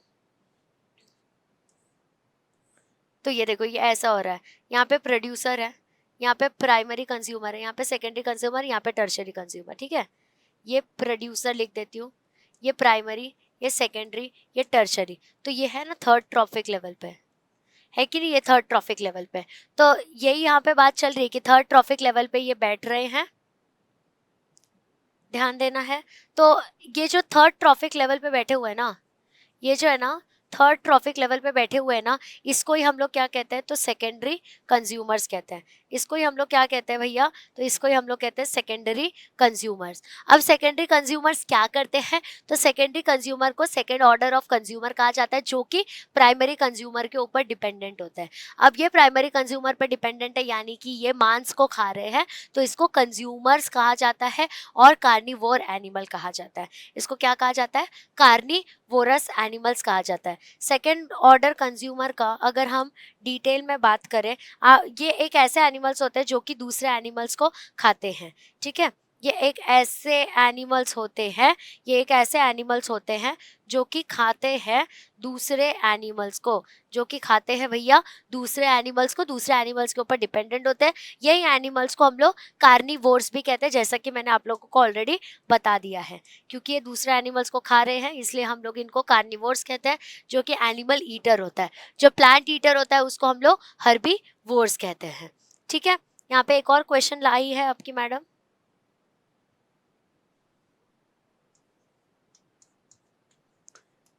define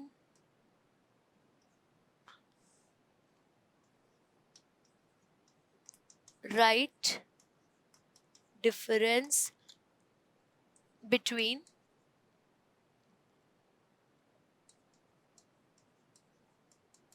herbivores and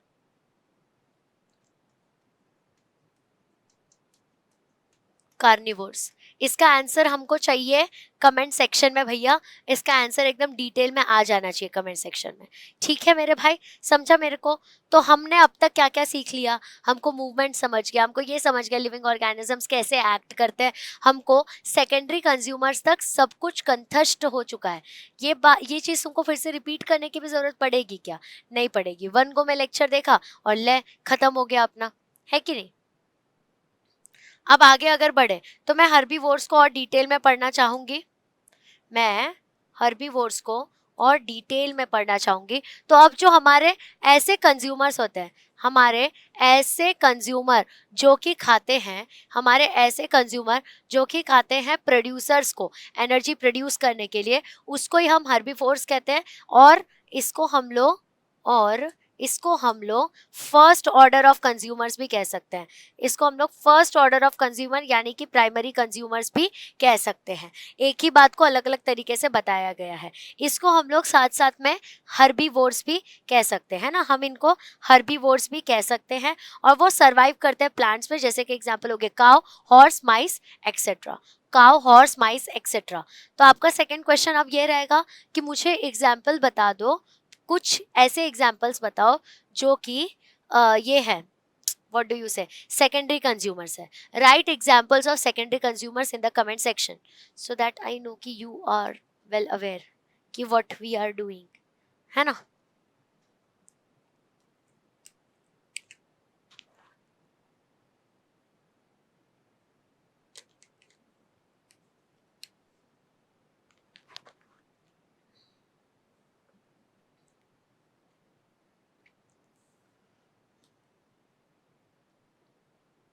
उधर रख रही हूँ पानी यार, गर्म होते जा रहा है, अपन इधर रखेंगे, हाँ नहीं तो ठीक है। तो हर्बीवोर्स के बारे में अपने को इतना तो समझ चुका है कि भाई वो ना प्लांट्स पे डिपेंडेंट होते हैं और प्लांट्स को ही कंज्यूम करके अपनी ज़िंदगी को चला लेते हैं, ठीक है। इतना अपने को समझ चुका है। अगर इतना समझ चुका है तो भैया हम आगे जाएंगे विथ हमारा सेकेंडरी कंज्यूमर। अब हमको ना सेकेंडरी कंज्यूमर के बारे में भी एक अंडरस्टैंडिंग है। हमको ये पता है कि सेकेंडरी कंज्यूमर्स जो होते हैं ना भैया, जो सेकेंडरी कंज्यूमर्स होते हैं ना, वो एक ऐसे एनिमल्स होते हैं जो कि दूसरे एनिमल्स को खाते हैं। वो एक ऐसे एनिमल्स होते हैं जो कि दूसरे एनिमल्स को खाते हैं। इसी एनिमल्स को हम लोग कार्निवोर्स भी कहते हैं, इसी एनिमल्स को हम लोग कार्निवोर्स भी कहते हैं, ठीक है। ऐसे ऑर्गेनिज्म जो दूसरे एनिमल्स को खाए उसको हम लोग कार्निवोर्स भी कहते हैं। क्या मैम टर्शरी कंज्यूमर को भी कार्निवोर कहा जाएगा? तो यस, क्योंकि वो भी दूसरे एनिमल्स को खा रहे हैं। अगर तुम दूसरे एनिमल को खाओगे तो तुमको कार्निवोर कहा जाता है। हम लोग कार्निवोर नहीं है, हम लोग ओमनीवरस है, क्योंकि हम लोग प्लांट भी खाते हैं और हम लोग एनिमल भी खाते हैं। कार्निवोर का मतलब ये होता है एंटायरली एंटायरली वो एनिमल के ऊपर सर्वाइव करे, ठीक है। तो do not get confuse between this. अब हमको सेकेंडरी कंज्यूमर के भी बारे में पता चल चुका है। अच्छा बाय द वे, ये जो भालू लोग होते हैं ना, ये लोग बहुत डेंजर होते हैं, स्पेशली पोलार बियर। कभी ना डिस्कवरी पे जाके सर्च करो या नेशनल ज्योग्राफी पे। एक तो डेविड एटनबर्ग, भाई साहब वो बंदा इतना स्मार्ट है ना, मस्त मस्त बनाता है वो। तो उसने ना एक बार पोलार बियर जो है ना, वो इसको कर रहा था हंट, सील को। पूरा एंटार्क्टिका था और वहां पे सील को हंट कर रहा था। उसने पता है कैसे हंट किया? ऊपर में ना एक ऐसा ग्लेशियर था और उसके ऊपर सील बैठा हुआ था। तो जो हमारा ये बंदा है पोलार बियर, वो ऊपर उस पर झपटा और सील नीचे गिर गया। हमको ऐसा लग रहा था कि अब तो सील मर चुका है, लेकिन नहीं, वो नीचे गया। उसने उसको जानबूझ के चेज किया और चेज करते करते फिर उसको एक एक पीस में काट काट के उसने उसको खा लिया। पता है ऐसा भी कहा जाता है कि उसका नाक इतना तेज होता है ना, अगर सपोज तुम्हें ब्लीडिंग हो रही है और उसने तुम्हें सूंघ लिया ना एक बार, तो वो तुम्हारे पीछे पीछे आएगा और तुम अगर छुप भी गए ना, तो उसका इतना ज्यादा सेंसरी पावर स्ट्रांग होता है कि तुमको ढूंढ के मार के खा ही लेगा। तो ये तो भाई बहुत डेंजर होते हैं पोलार बियर लोग, ठीक है। आगे देखो। अब मैं अगर और डिटेल में सेकेंडरी, कितना क्यूट है ना, देखो ना। अब अगर मैं सेकेंडरी कंज्यूमर्स के बारे में और बात करूं, तो सेकेंडरी कंज्यूमर जो है ना, वो एक तरीके का कार्निवोर होता है या फिर हार्बीवोर भी हो सकता है, ठीक है। सेकेंडरी कंज्यूमर्स में कार्निवोर भी आएगा और हार्बीवोर भी आ सकता है। रुको मुझे एसी बंद करने दो, लाइट गई है।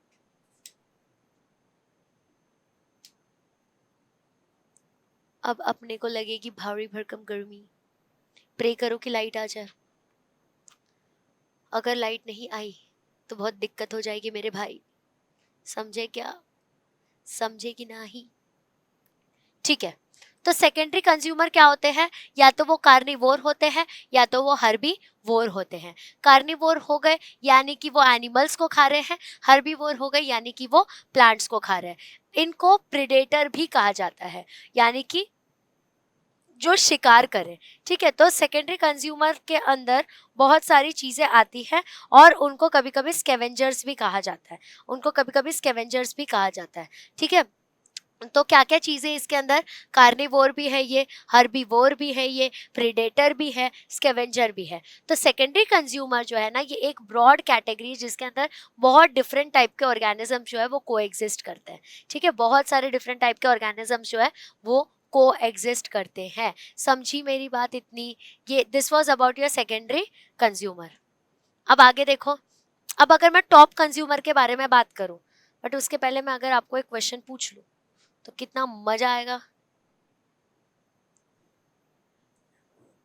So my question is,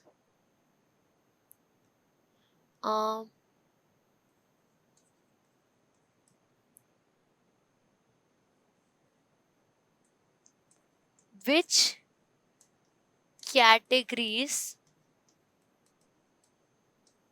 are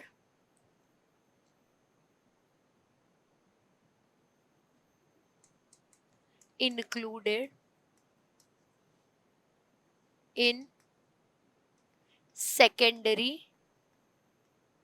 consumers? मतलब क्या क्या चीजें इसमें इंक्लूडेड होती है, मेरा क्वेश्चन ये है, ठीक है। इसका आंसर कमेंट सेक्शन में डालना। अब लेट अस टॉक अबाउट अब let us talk about top consumer.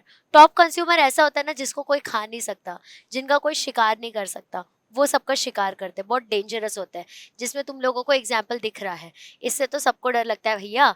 तो कंज्यूमर जो है वो कोई उनको खा ही नहीं सकता। कंज्यूमर जो होता है ना, they are not eaten by anyone, they are not eaten by anyone. पूरे जंगल के जो शेर है, पूरे जंगल के जो राजा है ना, वो टॉप कंज्यूमर्स ही होते हैं, उनको कोई नहीं खा सकता, वो सबको खाते हैं लेकिन, ठीक है। इसीलिए उनको टॉप पे बोला जाता है कि तुम भैया टॉप द टाइम चले, वो वाला उनका सीन होता है। और they are at the top of the food chain भैया, they are at the top of the food chain, इसीलिए इनके लिए हमेशा टॉप द टेम चले बेबी, वैसा वाला रहता है इनका, ठीक है। अब ये जो है ये प्राइमरी भी कंज्यूमर हो सकते हैं, ये सेकेंडरी भी हो सकते हैं, ये टर्शरी भी हो सकते हैं। ये कोई भी चीज़ को खा सकते हैं, ये प्लांट भी खा लेंगे, ये आपके प्राइमरी कंज्यूमर को भी खा सकते हैं, ये आपके सेकेंडरी कंज्यूमर को भी खा सकते हैं, बट इनको कोई नहीं खा सकता, बट इनको कोई नहीं खा सकता, कोई माइका लाल इनको नहीं खा सकता है, ठीक है। तो वो क्या हो सकते हैं, वो प्राइमरी भी हो सकते हैं, वो भैया सेकेंडरी भी हो सकते हैं, वो भैया टर्शरी भी हो सकते हैं, वो सब टाइप के कंज्यूमर जो है वो हो सकते हैं, ठीक है। समझे मेरी बात? इतना अगर अपने को समझ चुका है तो हम आगे बढ़ेंगे। ये क्वेश्चन का आंसर कमेंट सेक्शन में कर देना। 11th स्टैंडर्ड बायोमोलिक्यूल्स का जो चैप्टर था उसको मैं दिखाती हूँ तुम लोगों को, क्या ब्यूटीफुल तरीके से कमेंट करके उन्होंने मेरे साथ सॉल्व किया। आई विल सो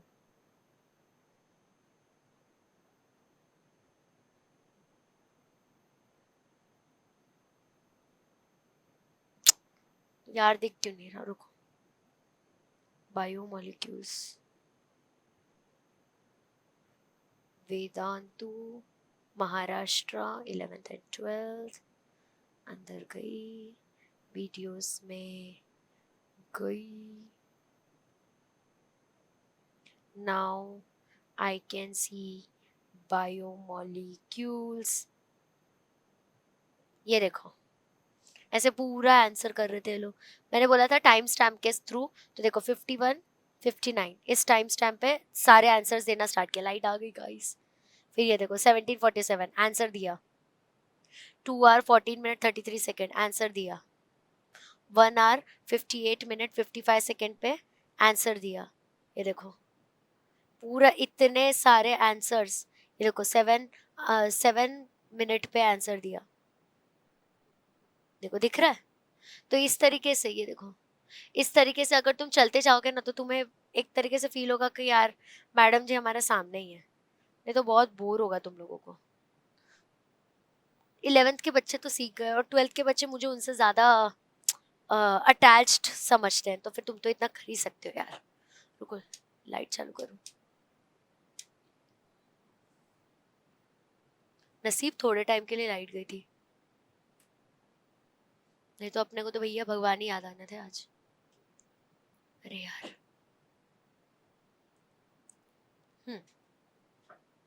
नेक्स्ट देखते हैं। अब हम लोग और समझते हैं टर्शरी कंज्यूमर के बारे में। तो many ecosystem they contain a 4 trophic level made up of carnivores that consume other carnivores called as tertiary consumer. ठीक है, तो टर्शरी कंज्यूमर का एक और चीज होता है जिसको हम लोग 4th लेवल भी बोलते हैं, 4th ट्रॉफिक लेवल भी कहा जाता है उनको, क्योंकि क्योंकि वो क्या करते हैं, वो दूसरे कंज्यूमर्स को खा लेते हैं।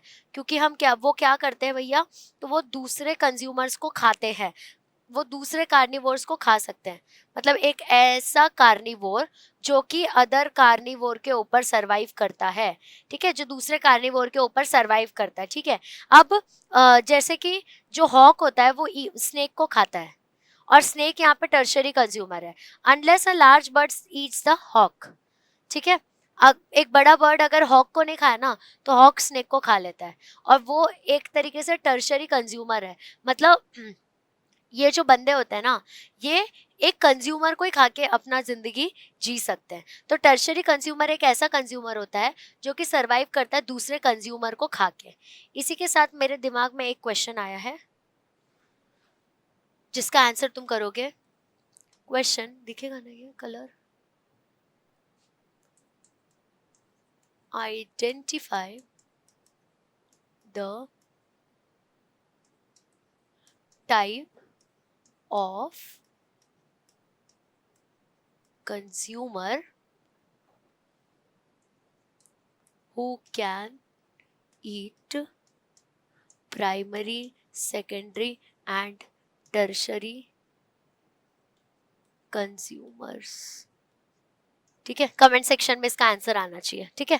ये टाइम स्टैम्प डालो और फिर आंसर इसका लिख देने का।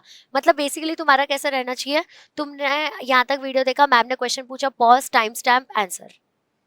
That is how you should do. इसलिए मैं बीच बीच में तुमको मूवमेंट ब्रेक्स भी दे रही हूँ। जैसे अगर मैं उठ रही हूँ तो तुम उठ जाओ, थोड़ा सा एक जगह ऐसे हिल लो। मैं पानी पी रही हूँ, तुम लोग पानी पियो, इससे तुम्हारा दिमाग एक्टिवेटेड रहेगा। नहीं तो अगर एक ही जगह बैठ के तुम्हारी पढ़ने की आदत हो गई ना तो एग्जाम के टाइम पे थोड़ा सा टफ पड़ जाएगा। और अगर तुम सेशन के एंड तक रुकोगे तो मैं तुम्हें एक दिन का स्केड्यूल प्लान करना सिखा दूंगी आज, ठीक है। Don't worry about that. अब हम आगे बढ़ते हैं, ओमनीवरस के बारे में बात करेंगे, यानी कि तुम्हारे और मेरे बारे में अब हम बातचीत शुरू करने वाले हैं। ठीक है, तो ओमनीवर क्या होता है? कुछ ऐसे एनिमल्स होते हैं जैसे कि बियर हो गया, वो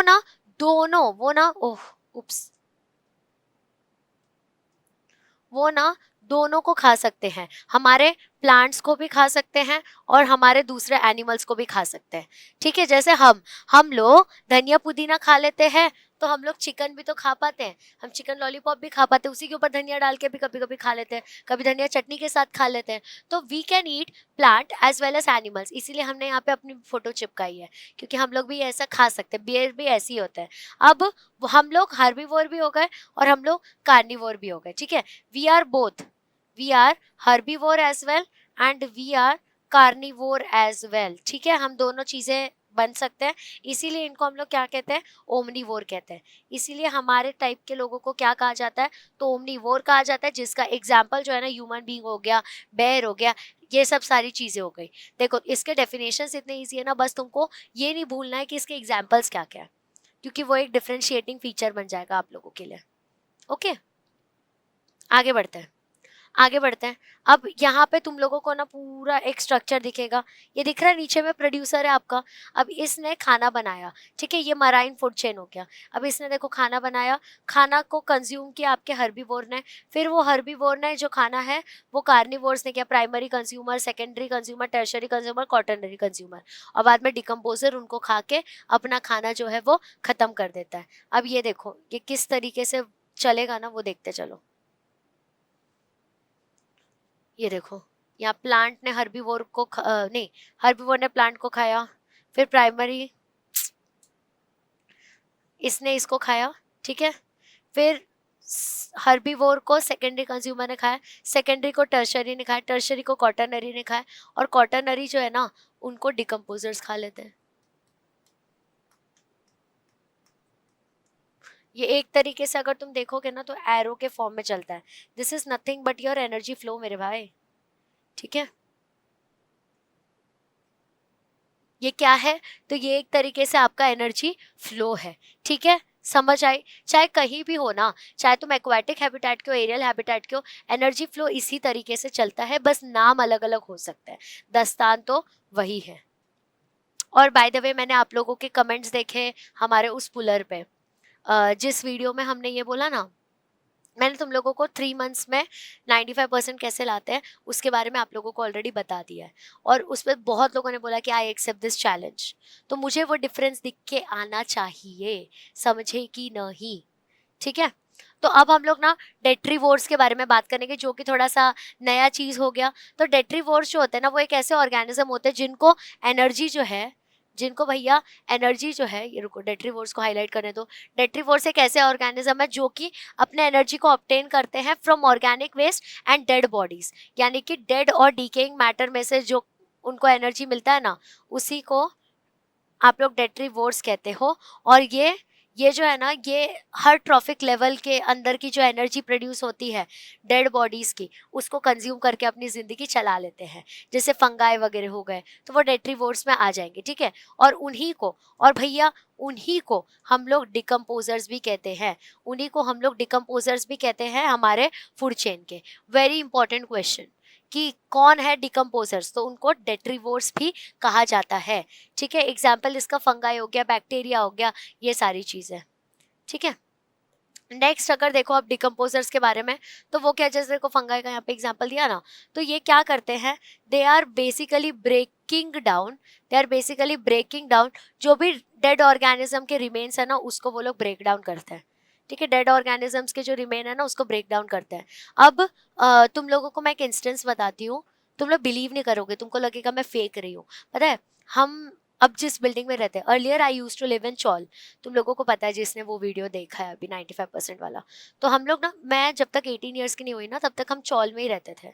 तो हमें पता चला कि हमारे आसपास में जो एक बिल्डिंग है, जो कि बहुत फेमस, हमारे पूरे एरिया की फर्स्ट बिल्डिंग थी जिसमें लिफ्ट लगा था। तो वहाँ पे पता चला कि फर्स्ट फ्लोर पे कुछ तो बड़ा क्राइम हुआ है। पता है क्या क्राइम हुआ था? एक आदमी था, उसने ना मतलब उसकी 2 बेटियां और एक वाइफ थी। तो उसने क्या किया, ऑब्वियसली की वाइफ होगी, तो उसने क्या किया, उसने तीनों को मार दिया, उसी फर्स्ट फ्लोर पे। और उसने ना दरवाज़ा मतलब घर बंद कर दिया था और सबको क्या बोला कि हम लोग घूमने जा रहे हैं। ऐसे बीच बीच में स्टोरी टाइम तुमको मिलेगा, ठीक है। उन्हें बोला कि हम ना घूमने जा रहे हैं, इंडिपेंडेंस डे की छुट्टी वुट्टी हमको मिली है ना।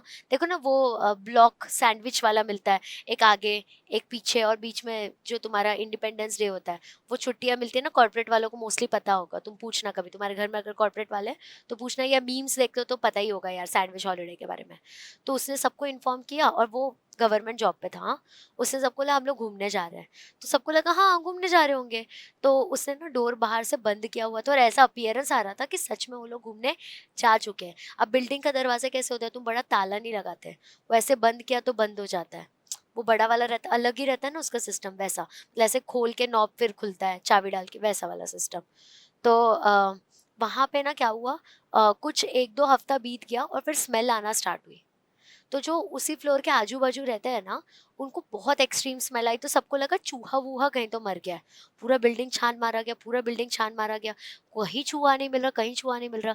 फिर उनका जो रिलेटिव था ना, वो आया, उसने बोला कि हम कब से कॉल कर रहे हैं, उनको मिल ही नहीं रहा है, कहाँ गए। तो सबने बोला अरे वो घूमने गए हैं, उसका नहीं पता, लेकिन पता नहीं बिल्डिंग में बहुत स्मेल आ रहा है। तो उनको पता नहीं क्या हुआ, उनने बोला दरवाजा खोलो। तो फर्स्ट फ्लोर पे ही थे, ग्राउंड फ्लोर है और उसके ऊपर फर्स्ट फ्लोर, पुराने टाइप की बिल्डिंग, यानी कि ग्राउंड फ्लोर के इधर ना गाड़ियां रखते हैं ना अभी यूजुअली, बट पहले के टाइम पे वहाँ पे घर होता था। तो उसके ऊपर वाले फ्लोर पे उनने ये सब कांड किया। तो उनने क्या किया, बालकनी, ऐसे बड़ा वाला बालकनी, डोर वाला बालकनी होता है पुराने वाले बिल्डिंग्स में, तो वहां पे से थोड़ा इतना ही हाइट होगा, इतना, ये जितना पूरा रूम का हाइट है ना उतना ही हाइट पे था। तो एक बच्चे को सीढ़ी के थ्रू, बच्चा मतलब नॉर्मल, उसको उसके थ्रू भेजा, क्योंकि वो डोर तो खुलेगा नहीं, कि तुम उस डोर की कड़ी खोल दो या फिर विंडो खोल दो और तुमको समझ जाएगा। मैं बता रही हूँ, मुझे चिल्स आ रहे हैं, ट्रस्ट मी, क्योंकि मैं अभी स्टूडियो में अकेली हूँ, ट्रस्ट मी मुझे बहुत डर लग रहा है, लेकिन स्टिल मैं बताऊंगी क्योंकि कॉन्सेप्ट से रिलेटेड है। तो ऐसा हुआ, उसने ना सिर्फ विंडो को ऐसे ऐसे खोला, नहीं खुल रहा है। फिर डोर ना लकीली, जो डोर था ना वो बाहर से ऐसे बंद था, नहीं नहीं डोर बंद ही नहीं था एक्चुअली, डोर से वैसे लगा हुआ था, वो मैग्नेट के थ्रू लगा रहता ना वैसे। तो उसने डोर को ओपन किया, ओ माय गॉड मुझे चिल्स आ रहे हैं उसने ऐसे डोर को ओपन किया, उसने देखा, उसने क्या देखा मैं वो बताऊंगी। वो बच्चा फर्स्ट फ्लोर से नीचे कूद गया, नीचे सबने उसको बचाया वगैरह, और वो he started running like anything, कि मैंने ये क्या देखा, मैंने ये क्या देखा। तुम लोगों ने पता है, तुम लोग को पता है उसने क्या देखा। उसने देखा कि 3 फूगी हुई लाशें बेड के ऊपर है, जिसके ऊपर मक्खियां आ गई है, पूरे बैक्टीरियाज आ गए, फंगस आ गया है, और एक आदमी जिसके ऊपर से पूरी मक्खियां वगैरह भिनक रही है और वो पंखे के ऊपर लटका हुआ है। ये देखते ही, और ये रात के 11:30-12 की बात है, ये देखते ही सबके होश उड़ गए। अब जैसे ही वो डोर खुला ना, इतनी स्मेल आई कि जिस जो जो सोया हुआ था वो सब उठ गया। फिर इमीडिएटली पुलिस को बुलाया गया, सब कुछ हो गया। फिर इस सब में ना एक चीज पता है क्या ऑब्जर्व की मैंने, इसमें ये ऑब्जर्व किया कि वहां घर तो पूरा क्लीन था, तो जैसी डेड बॉडी थी, वो डेड बॉडी के अंदर इतने सारे जो बैक्टीरियाज थे, जो पिल्लू विल्लू थे, वो आए कहाँ से। जो बॉडी था वो डिकम्पोज होना कैसे स्टार्ट हुई। तो ये जो बैक्टीरियाज होते हैं ना, तुम्हारे बॉडी के अंदर अपने आप जनरेट हो जाते हैं, सो दैट तुम्हारे बॉडी को डिकम्पोज कर पाइए। अगर कोई देखता ही नहीं ना उनको, तो धीरे धीरे करके उनके पूरा जो शरीर का ये मांस वगैरह है ना, वो डिकम्पोज हो जाता है। एक्सट्रीम स्मेल आता, लेकिन डिकम्पोज हो जाता और सिर्फ हड्डियां रह जाती। तो this was the story of decomposers. ये लोग डेड और डीकिंग मैटर पे जिंदा रहते हैं। और ये स्टोरी बताते हुए मुझे स्टिल चिल बैठ रहा है, बट इससे तुम्हें ये समझ आएगा कि इनका को एग्जिस्टेंस कैसा है, कितने स्ट्रांग होते हैं ये। Even though they are like कि शी यार तुम डेड डिकेइंग मैटर पे उग रहे हो, बट उनके वजह से हर ऑर्गेनिक मैटर को इनऑर्गेनिक मैटर में कन्वर्ट करने की शक्ति मिलती है हमें। तो this was the story, and trust me तुम बिलीव नहीं करोगे, वो ही फ्लोर के नीचे वाले फ्लोर पे अब हम रहते हैं। और ये मुझे बहुत बाद में पता चला कि अब हम उधर ही रहते हैं। जब मेरी दादी शी पास्ड अवे, तो मम्मी मुझे अकेले छोड़ के, मैं तभी ना कॉर्पोरेट में वर्क करती थी, जस्ट कॉलेज से मेरे को ऑफर आया तो आई वेंट कि ठीक है थोड़ी हेल्प हो जाएगी घर में। तो मैं चली गई। अब मैं गई वहाँ पे, तो मम्मी गई, मैं मेरे को छोड़ के गई थी मतलब मैं नहीं बोला क्योंकि 8,000 तक फ्लाइट का टिकट जाता, मैं आज तक फ्लाइट में नहीं बैठी बाय द वे। तो फिर ऐसा टेंशन हो रहा था कि कहाँ से लाएंगे इतना पैसा वगैरह, और ऑलरेडी हम ब्राह्मण्स हैं तो हमें ना बहुत खर्चा होता है ये सब के टाइम पे। तो फिर मैं वहीं गई, तो जो मेरे आजू बाजू वाले लोग ने बोले तेरी फ्लोर के ऊपर वो लोग का ऐसा ऐसा सब हुआ था। तो it was like so chilling, वो मूवमेंट ही बहुत चिलिंग था, तुम बिलीव नहीं करोगे। मतलब ऑलमोस्ट 3 to 4 वीक्स निकल चुके थे तब ये सारी बातें पता चली कि ऐसा ऐसा हुआ है। तो उनका बॉडी इतना डिकम्पोज हो चुका था ना कि वो जो स्किन का जो पार्ट है ना, वो पूरा जो गद्दी होता है ना उस पर चिपक रहा था, वो जो चद्दर होता है उसके ऊपर ऐसे चिपक विपक गया था, यही डिकम्पोजर्स की वजह से। इतने भरे पूरे शरीर के देखो क्या हाल कर सकते हैं ये डिकम्पोजर्स, तो कहीं से भी प्रेजेंट हो जाते हैं। This was the story of decomposer, भूलोगे नहीं अब तुम। तो ये जो है ना, ये एक इम्पॉर्टेंट रोल को प्ले करते हैं। ये जो है ना, ये बहुत एक इम्पॉर्टेंट रोल प्ले करते हैं इकोसिस्टम में। They play an important role in ecosystem. तो मैडम जी क्या रोल प्ले करते हैं? तो ये डिकम्पोजर जो है ना, इसके अंदर वॉर्म्स आते हैं, इसके अंदर एग्जाम्पल है वॉर्म्स, बैक्टीरिया, फंगाई और कुछ इंसेक्ट्स। इनका इंपॉर्टेंट रोल तुम समझ गए। मान लो कि वो वीरान बिल्डिंग है और उसके अंदर डिकम्पोजर्स नाम का कोई कॉन्सेप्ट ही नहीं होता, तो कौन हेल्प करता है इनको? समझे मेरी बात? डिकम्पोजर्स एक तरीके से जो एनर्जी कंज्यूम की गई है ना बाकी सारे कंज्यूमर्स के थ्रू, वो एनर्जी फिर से अपने ओरिजिनल स्टेट में पहुंचाने का काम करता है, गेटवे होता है वो। समझे मेरी बात? बाय द वे ये सीक्रेट स्टोरी सिर्फ अपने तक रखना, इसको बताना नहीं। मैम आप यूट्यूब पे बता रही हो कि किसी को बताना नहीं, लेकिन ठीक है यार, तुम लोग मेरे बेस्टीज हो, तुमको तो बता सकती हो। ठीक है, जो डिकम्पोजिशन हो रही है ना बॉडी की, of bodies and waste releases nutrient back into the environment and to be recycled by other organisms. मैंने आप लोगों को क्या कहा? इन लोगों का काम क्या होता है? जब हम लोग बॉडी का डिकम्पोजिशन करते हैं, जब हम लोग बॉडी का डिकम्पोजिशन करते हैं, बेसिकली हम हमारे एनर्जी को रिटर्न भेज देते हैं। बेसिकली हम हमारे एनर्जी को रिटर्न भेज देते हैं, जो भी न्यूट्रिएंट्स है ना, अब हम उसको बैक भेज रहे हैं इन्वायरमेंट में, जिसके थ्रू एनर्जी जो है वो कंजर्व हो जाती है। अब इसके वजह से जो रिलीज, जो एनर्जी ट्रैप्ड हो गई थी ना इन सारे चीज में in the form of carbon, वो फिर से रिटर्न चली जाती है अर्थ के अंदर। इसलिए तो कहा जाता है एनर्जी फिर से रिटर्न जाती है अपने नॉर्मल स्टेट पे। ठीक है, ये क्या हेल्प करता है? It helps to release the trapped energy in the form of carbon, in dead organism, back back to the earth, back to the earth। इतना ज्यादा रॉ तरीके से तुमको मैंने बताया ना, तुम कुछ भी अपना नाम भूल जाओ, मुझे नहीं लगता अब तुम डिकम्पोजर के बारे में भूलने वाले हो। That was damn chilling story, I know. मेरे बचपन का नाइटमेयर है वो भैया, कोई चाहता नहीं था बिल्डिंग के आसपास फिर, सच्ची। ठीक है, अब मैं स्कैवेंजर्स के बारे में बात करूंगी। स्कैवेंजर्स जो होते हैं ना, ये एक ऐसे कंज्यूमर होते हैं जो कि दूसरे कंज्यूमर को खाते हैं जो कि ऑलरेडी मर चुके हैं। ठीक है, वो उस पर सर्वाइव नहीं करते बट वो उनको खाते हैं, जैसे कि क्रो वगैरह हो गया, वल्चर्स हो गए, ये सब दूसरे मरे हुए ऑर्गेनिज्म के ऊपर सर्वाइव करते हैं। ठीक है, तो कंज्यूमर्स ये एक ऐसे कंज्यूमर्स हैं, ये एक ऐसे कंज्यूमर्स हैं जो कि ऐसे कंज्यूमर्स को खाते हैं, जो कि ऐसे कंज्यूमर्स को खाते हैं जो कि ऑलरेडी मर चुके हैं, उसको स्कैवेंजर्स कहा जाता है। और उनको इन्वायरमेंटल क्लीनर्स कहा जाता है, और उनको ना इन्वायरमेंटल क्लीनर्स कहा जाता है। तुम लोगों ने ना सुना होगा कि पारसी लोगों में ऐसे टांग के या सर्कल में या कुएं के पास रख दिया जाता है डेड बॉडी की। हमारा जो बॉडी है कितना लॉजिकल है, देखो हर रिलीजन ना हमें इतना साइंस और लॉजिक दिखाता है ना कि सच में कभी कभी लगता है कि इंडिया कितना ब्यूटीफुल कंट्री है कि उसको इतना सारा साइंस पता था, बस गुरुएं अलग थे तो रिलीजन का डिफरेंस आ गया, दैट्स इट। उनको ये पता है कि हमारा जो बॉडी है उसके अंदर कार्बन के फॉर्म में एनर्जी ट्रैप हो जाती है, तो वो एनर्जी जो है ना वो ओरिजिनल स्टेट में जाए। अब अगर हम जला रहे हैं, दफना रहे हैं, ये सब चीज़ें जब हम करते हैं ना, तो इसके वजह से प्रॉब्लम क्या आती है कि मतलब जैसे जला दिया तो बहुत ज़्यादा एमिशन होता है, हमने दफना दिया तो वो पर्टिकुलर एरिया जो है वो कैप्चर हो जाता है। बट अगर हम लोग ये सारा काम कर रहे हैं कि ऐसे ही छोड़ दिया वहाँ पे, मतलब बहुत ऊंचे ऊंचे दीवारें होती है तो उससे तुमको प्रॉब्लम नहीं होगा, तो उस केस में स्कैवेंजर्स आके उनको खा सकते हैं। तो ये मोस्टली पारसीज में यूज़ किया जाता है, if I am not wrong.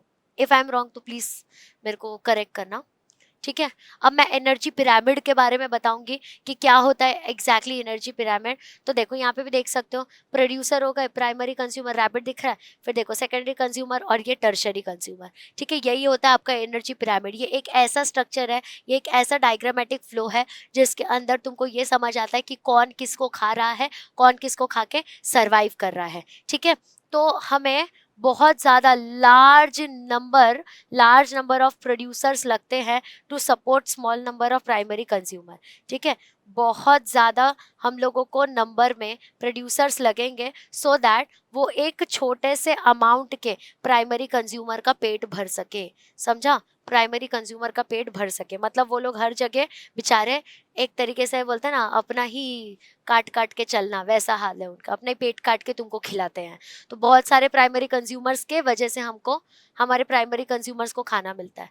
ठीक है, अब एनर्जी पिरामिड के बारे में और अगर हम लोग देखें तो देखो, प्रोड्यूसर जो है ना, अगर 1000 किलो कैलोरी है तो प्राइमरी कंज्यूमर को उससे 100 किलो कैलोरी मिलेगी, सेकेंडरी कंज्यूमर्स को 10 मिलेगा, टर्शरी को 1 किलो कैलोरी मिलेगा। ठीक है, similarly it takes a large number of primary consumer to support क्या, तो सेकेंडरी कंज्यूमर।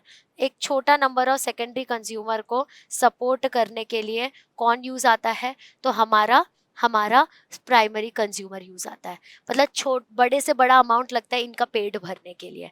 समझे मेरी बात? तो ये है आपका एनर्जी पिरामिड का प्रॉपर शो। लास्ट में मैं आपको ये बताना चाहूंगी कि एनर्जी फ्लो कैसा है आपके इकोसिस्टम में। तो दिख रहा है आप लोगों को, यहाँ पे आपका प्रोड्यूसर है, कितना ज़्यादा अमाउंट में मुझे प्रोड्यूसर चाहिए सो दैट वो मेरे हर्बीवोर यानी कि प्राइमरी कंज्यूमर का पेट भर पाए। अब मुझे बहुत सारा हर्बीवोर चाहिए सो दैट वो कार्निवोर का पेट भर पाए यानी कि सेकेंडरी कंज्यूमर का पेट भर पाए। अब मुझे बहुत सारा सेकेंडरी कंज्यूमर चाहिए जो कि वो टर्शरी कंज्यूमर का पेट भर पाए, और ऐसे करके इनका जो जिंदगी है ना वो चलते जाता है। विद दिस मैं एंड करूंगी आज अपने ये ब्यूटीफुल से सेशन को एक छोटे से समरी के साथ, so that you have a better understanding कि क्या कैसे चलता है। अब तक हमने इसमें क्या क्या पढ़ा पूरा समझ लेते हैं, देखते चलो। हमने पहले ये देखा कि हर ऑर्गेनिज्म को दिखेगा ही नहीं,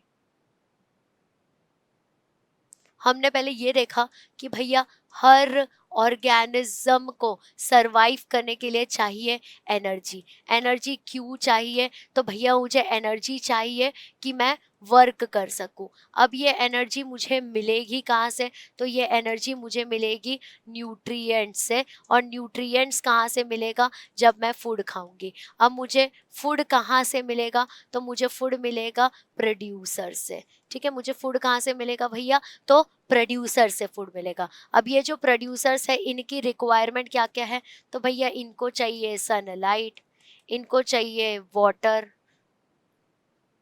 इनको चाहिए भैया वाटर, फिर इनको चाहिए भैया कार्बन डाइऑक्साइड, तब जाके जो है ये बनाएंगे ग्लूकोज प्लस ऑक्सीजन को बाहर छोड़ देंगे। अब फिर ये प्रोड्यूसर जो है ये मिल के अपना पेट भरते हैं प्राइमरी कंज्यूमर का। ये प्रोड्यूसर जो है पेट भरते हैं प्राइमरी कंज्यूमर का। अब प्राइमरी कंज्यूमर को खाने वाला जो होता है वो होता है सेकेंडरी कंज्यूमर। अब सेकेंडरी कंज्यूमर को खाने वाला होता है भैया टर्शरी कंज्यूमर। अब ये टर्शरी कंज्यूमर को खा लेता है आपका एपेक्स कंज्यूमर। एपेक्स कंज्यूमर, ठीक है।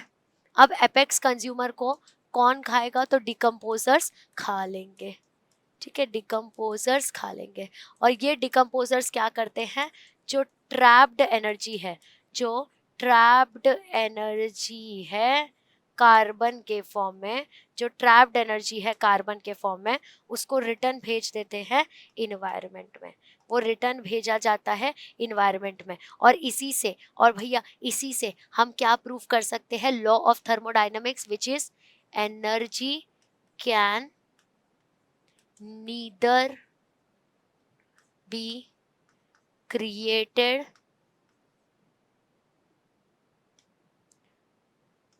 nor be destroyed only it can be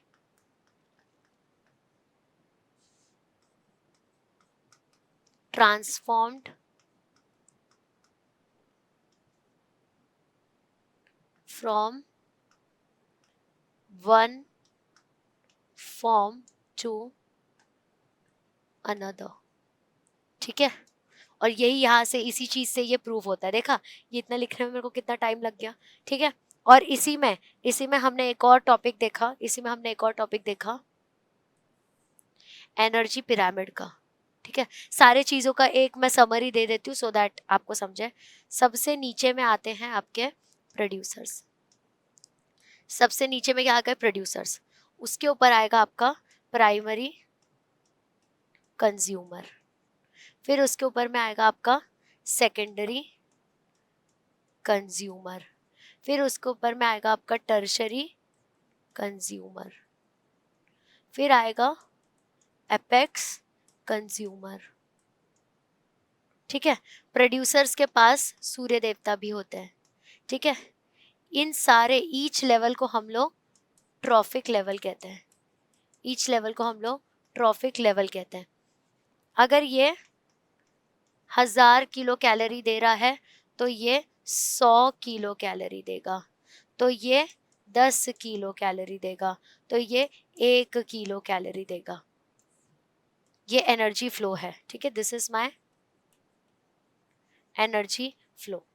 ठीक है, इसके अंदर हमने फूड चेन और फूड वेब भी देखा. देखो, लास्ट के 5 मिनट में तो मैंने तुम्हें यूं समरी दे दी. ठीक है, अब फूड चेन और फूड वेब का भी मैं एक एग्जांपल बता देती हूँ so that you have a better understanding. ठीक है, ध्यान देते जाना. अब रही बात हमारे भैया फूड चेन की. फूड चेन क्या होता है? तो बेसिकली ये एक ऐसा मैप है जिसमें हमें ये पता चलता है कि कौन किसको खा रहा है, कौन किसके ऊपर डिपेंडेंट है. तो यहाँ पे देखो, सूर्य देवता थे. सूर्य देवता के थ्रू हमारे प्रोड्यूसर्स ने खाना बनाया. मान लो ग्रास. ठीक है, ग्रास को खाने के लिए आ गया प्राइमरी कंज्यूमर. मान लो कि ग्रास हॉपर प्राइमरी कंज्यूमर को खाने वाला आ गया. मान लो सेकेंडरी कंज्यूमर. ठीक है, मान लो आ गया स्नेक. ठीक है, सेकेंडरी कंज्यूमर को खाने वाला आ गया टर्शरी कंज्यूमर.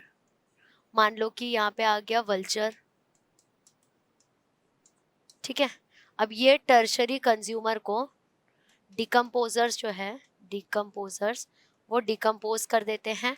और इसके अंदर जो ट्रैप्ड एनर्जी थी, इसके अंदर जो ट्रैप्ड एनर्जी थी कार्बन के फॉर्म में, ट्रैप्ड एनर्जी थी कार्बन के फॉर्म में, उसको रिलीज कर देते हैं इन्वायरमेंट में.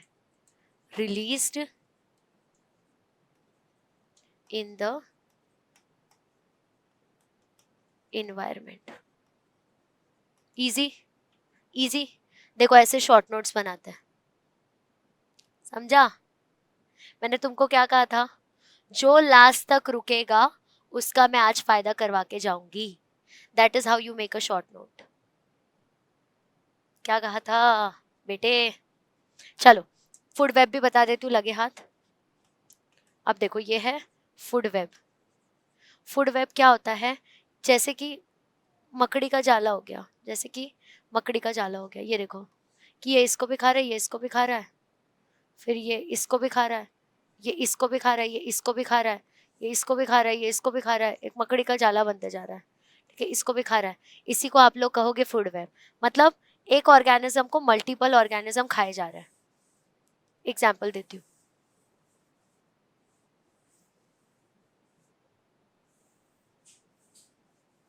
मैं आप लोगों को एग्जाम्पल देती हूँ फूड वेब का. ठीक है, फॉर एग्जाम्पल यहाँ पे है ग्रास. तो ग्रास को तो ग्रास हॉपर भी खा सकता है ना. फिर अब मेरे ग्रास को डियर भी खा सकता है। अब मेरे ग्रास को एलिफेंट भी खा सकता है ना। अब मेरे ग्रास को इंसेक्ट भी खा सकता है। तो बेसिकली एक ग्रास को मल्टीपल चीजें खा सकती है। अब ग्रास होपर को स्नेक भी खा सकता है, ठीक है। डियर को टाइगर भी खा सकता है। टाइगर फिर यहाँ पे जो ग्रास हॉपर, सॉरी, यहाँ पे जो ग्रास है उसको माउस भी खा सकता है। अब जो मेरा माउस है, स्नेक जो है वो माउस को भी खा सकता है। और अब स्नेक, जो स्नेक है उसको ईगल भी खा सकता है। ईगल को फिर डिकम्पोजर रिलीज करवा देता है। लेकिन डिकम्पोजर्स तो टाइगर को भी हेल्प करता है, डियर को भी हेल्प करता है, एलिफेंट के मरने पे भी हेल्प करेगा, वो तो ग्रास होपर को भी हेल्प करेगा, वो तो इंसेक्ट को भी हेल्प करेगा, वो तो स्नेक को भी हेल्प करेगा, अरे भैया वो तो माउस को भी हेल्प करेगा। तो यही होता है आपका फूड वेब। ये एक तरीके से गुंथा हुआ स्ट्रक्चर होता है, समझे। तो यही सब तो था तुम्हारे कॉन्सेप्ट के ऊपर, और क्या था। तो मैंने तुमको ये भी सिखा दिया कि भाई शॉर्ट नोट्स बनाते कैसे, इसलिए हमेशा लेक्चर के एंड तक रुकना है। और अगर तुम्हारा रिवीजन कंप्लीट हो जाए तो तुमको लिखना है कि मैडम जी हमने लिख भी लिया और रिवाइज भी कर लिया। With this we will end this lecture. Let me say you very very thank you. जो यहाँ तक रुका उन सब का बहुत शुक्रिया। आई एम रियली ग्रेटफुल कि तुम लोग मेरे को इतना अप्रिशिएट करते हो, मुझे बहुत अच्छा फील होता है। तबीयत खराब रहती है ना तो मैं सिर्फ वो कमेंट्स को पढ़ लेती हूँ, और trust me I have all the screenshots.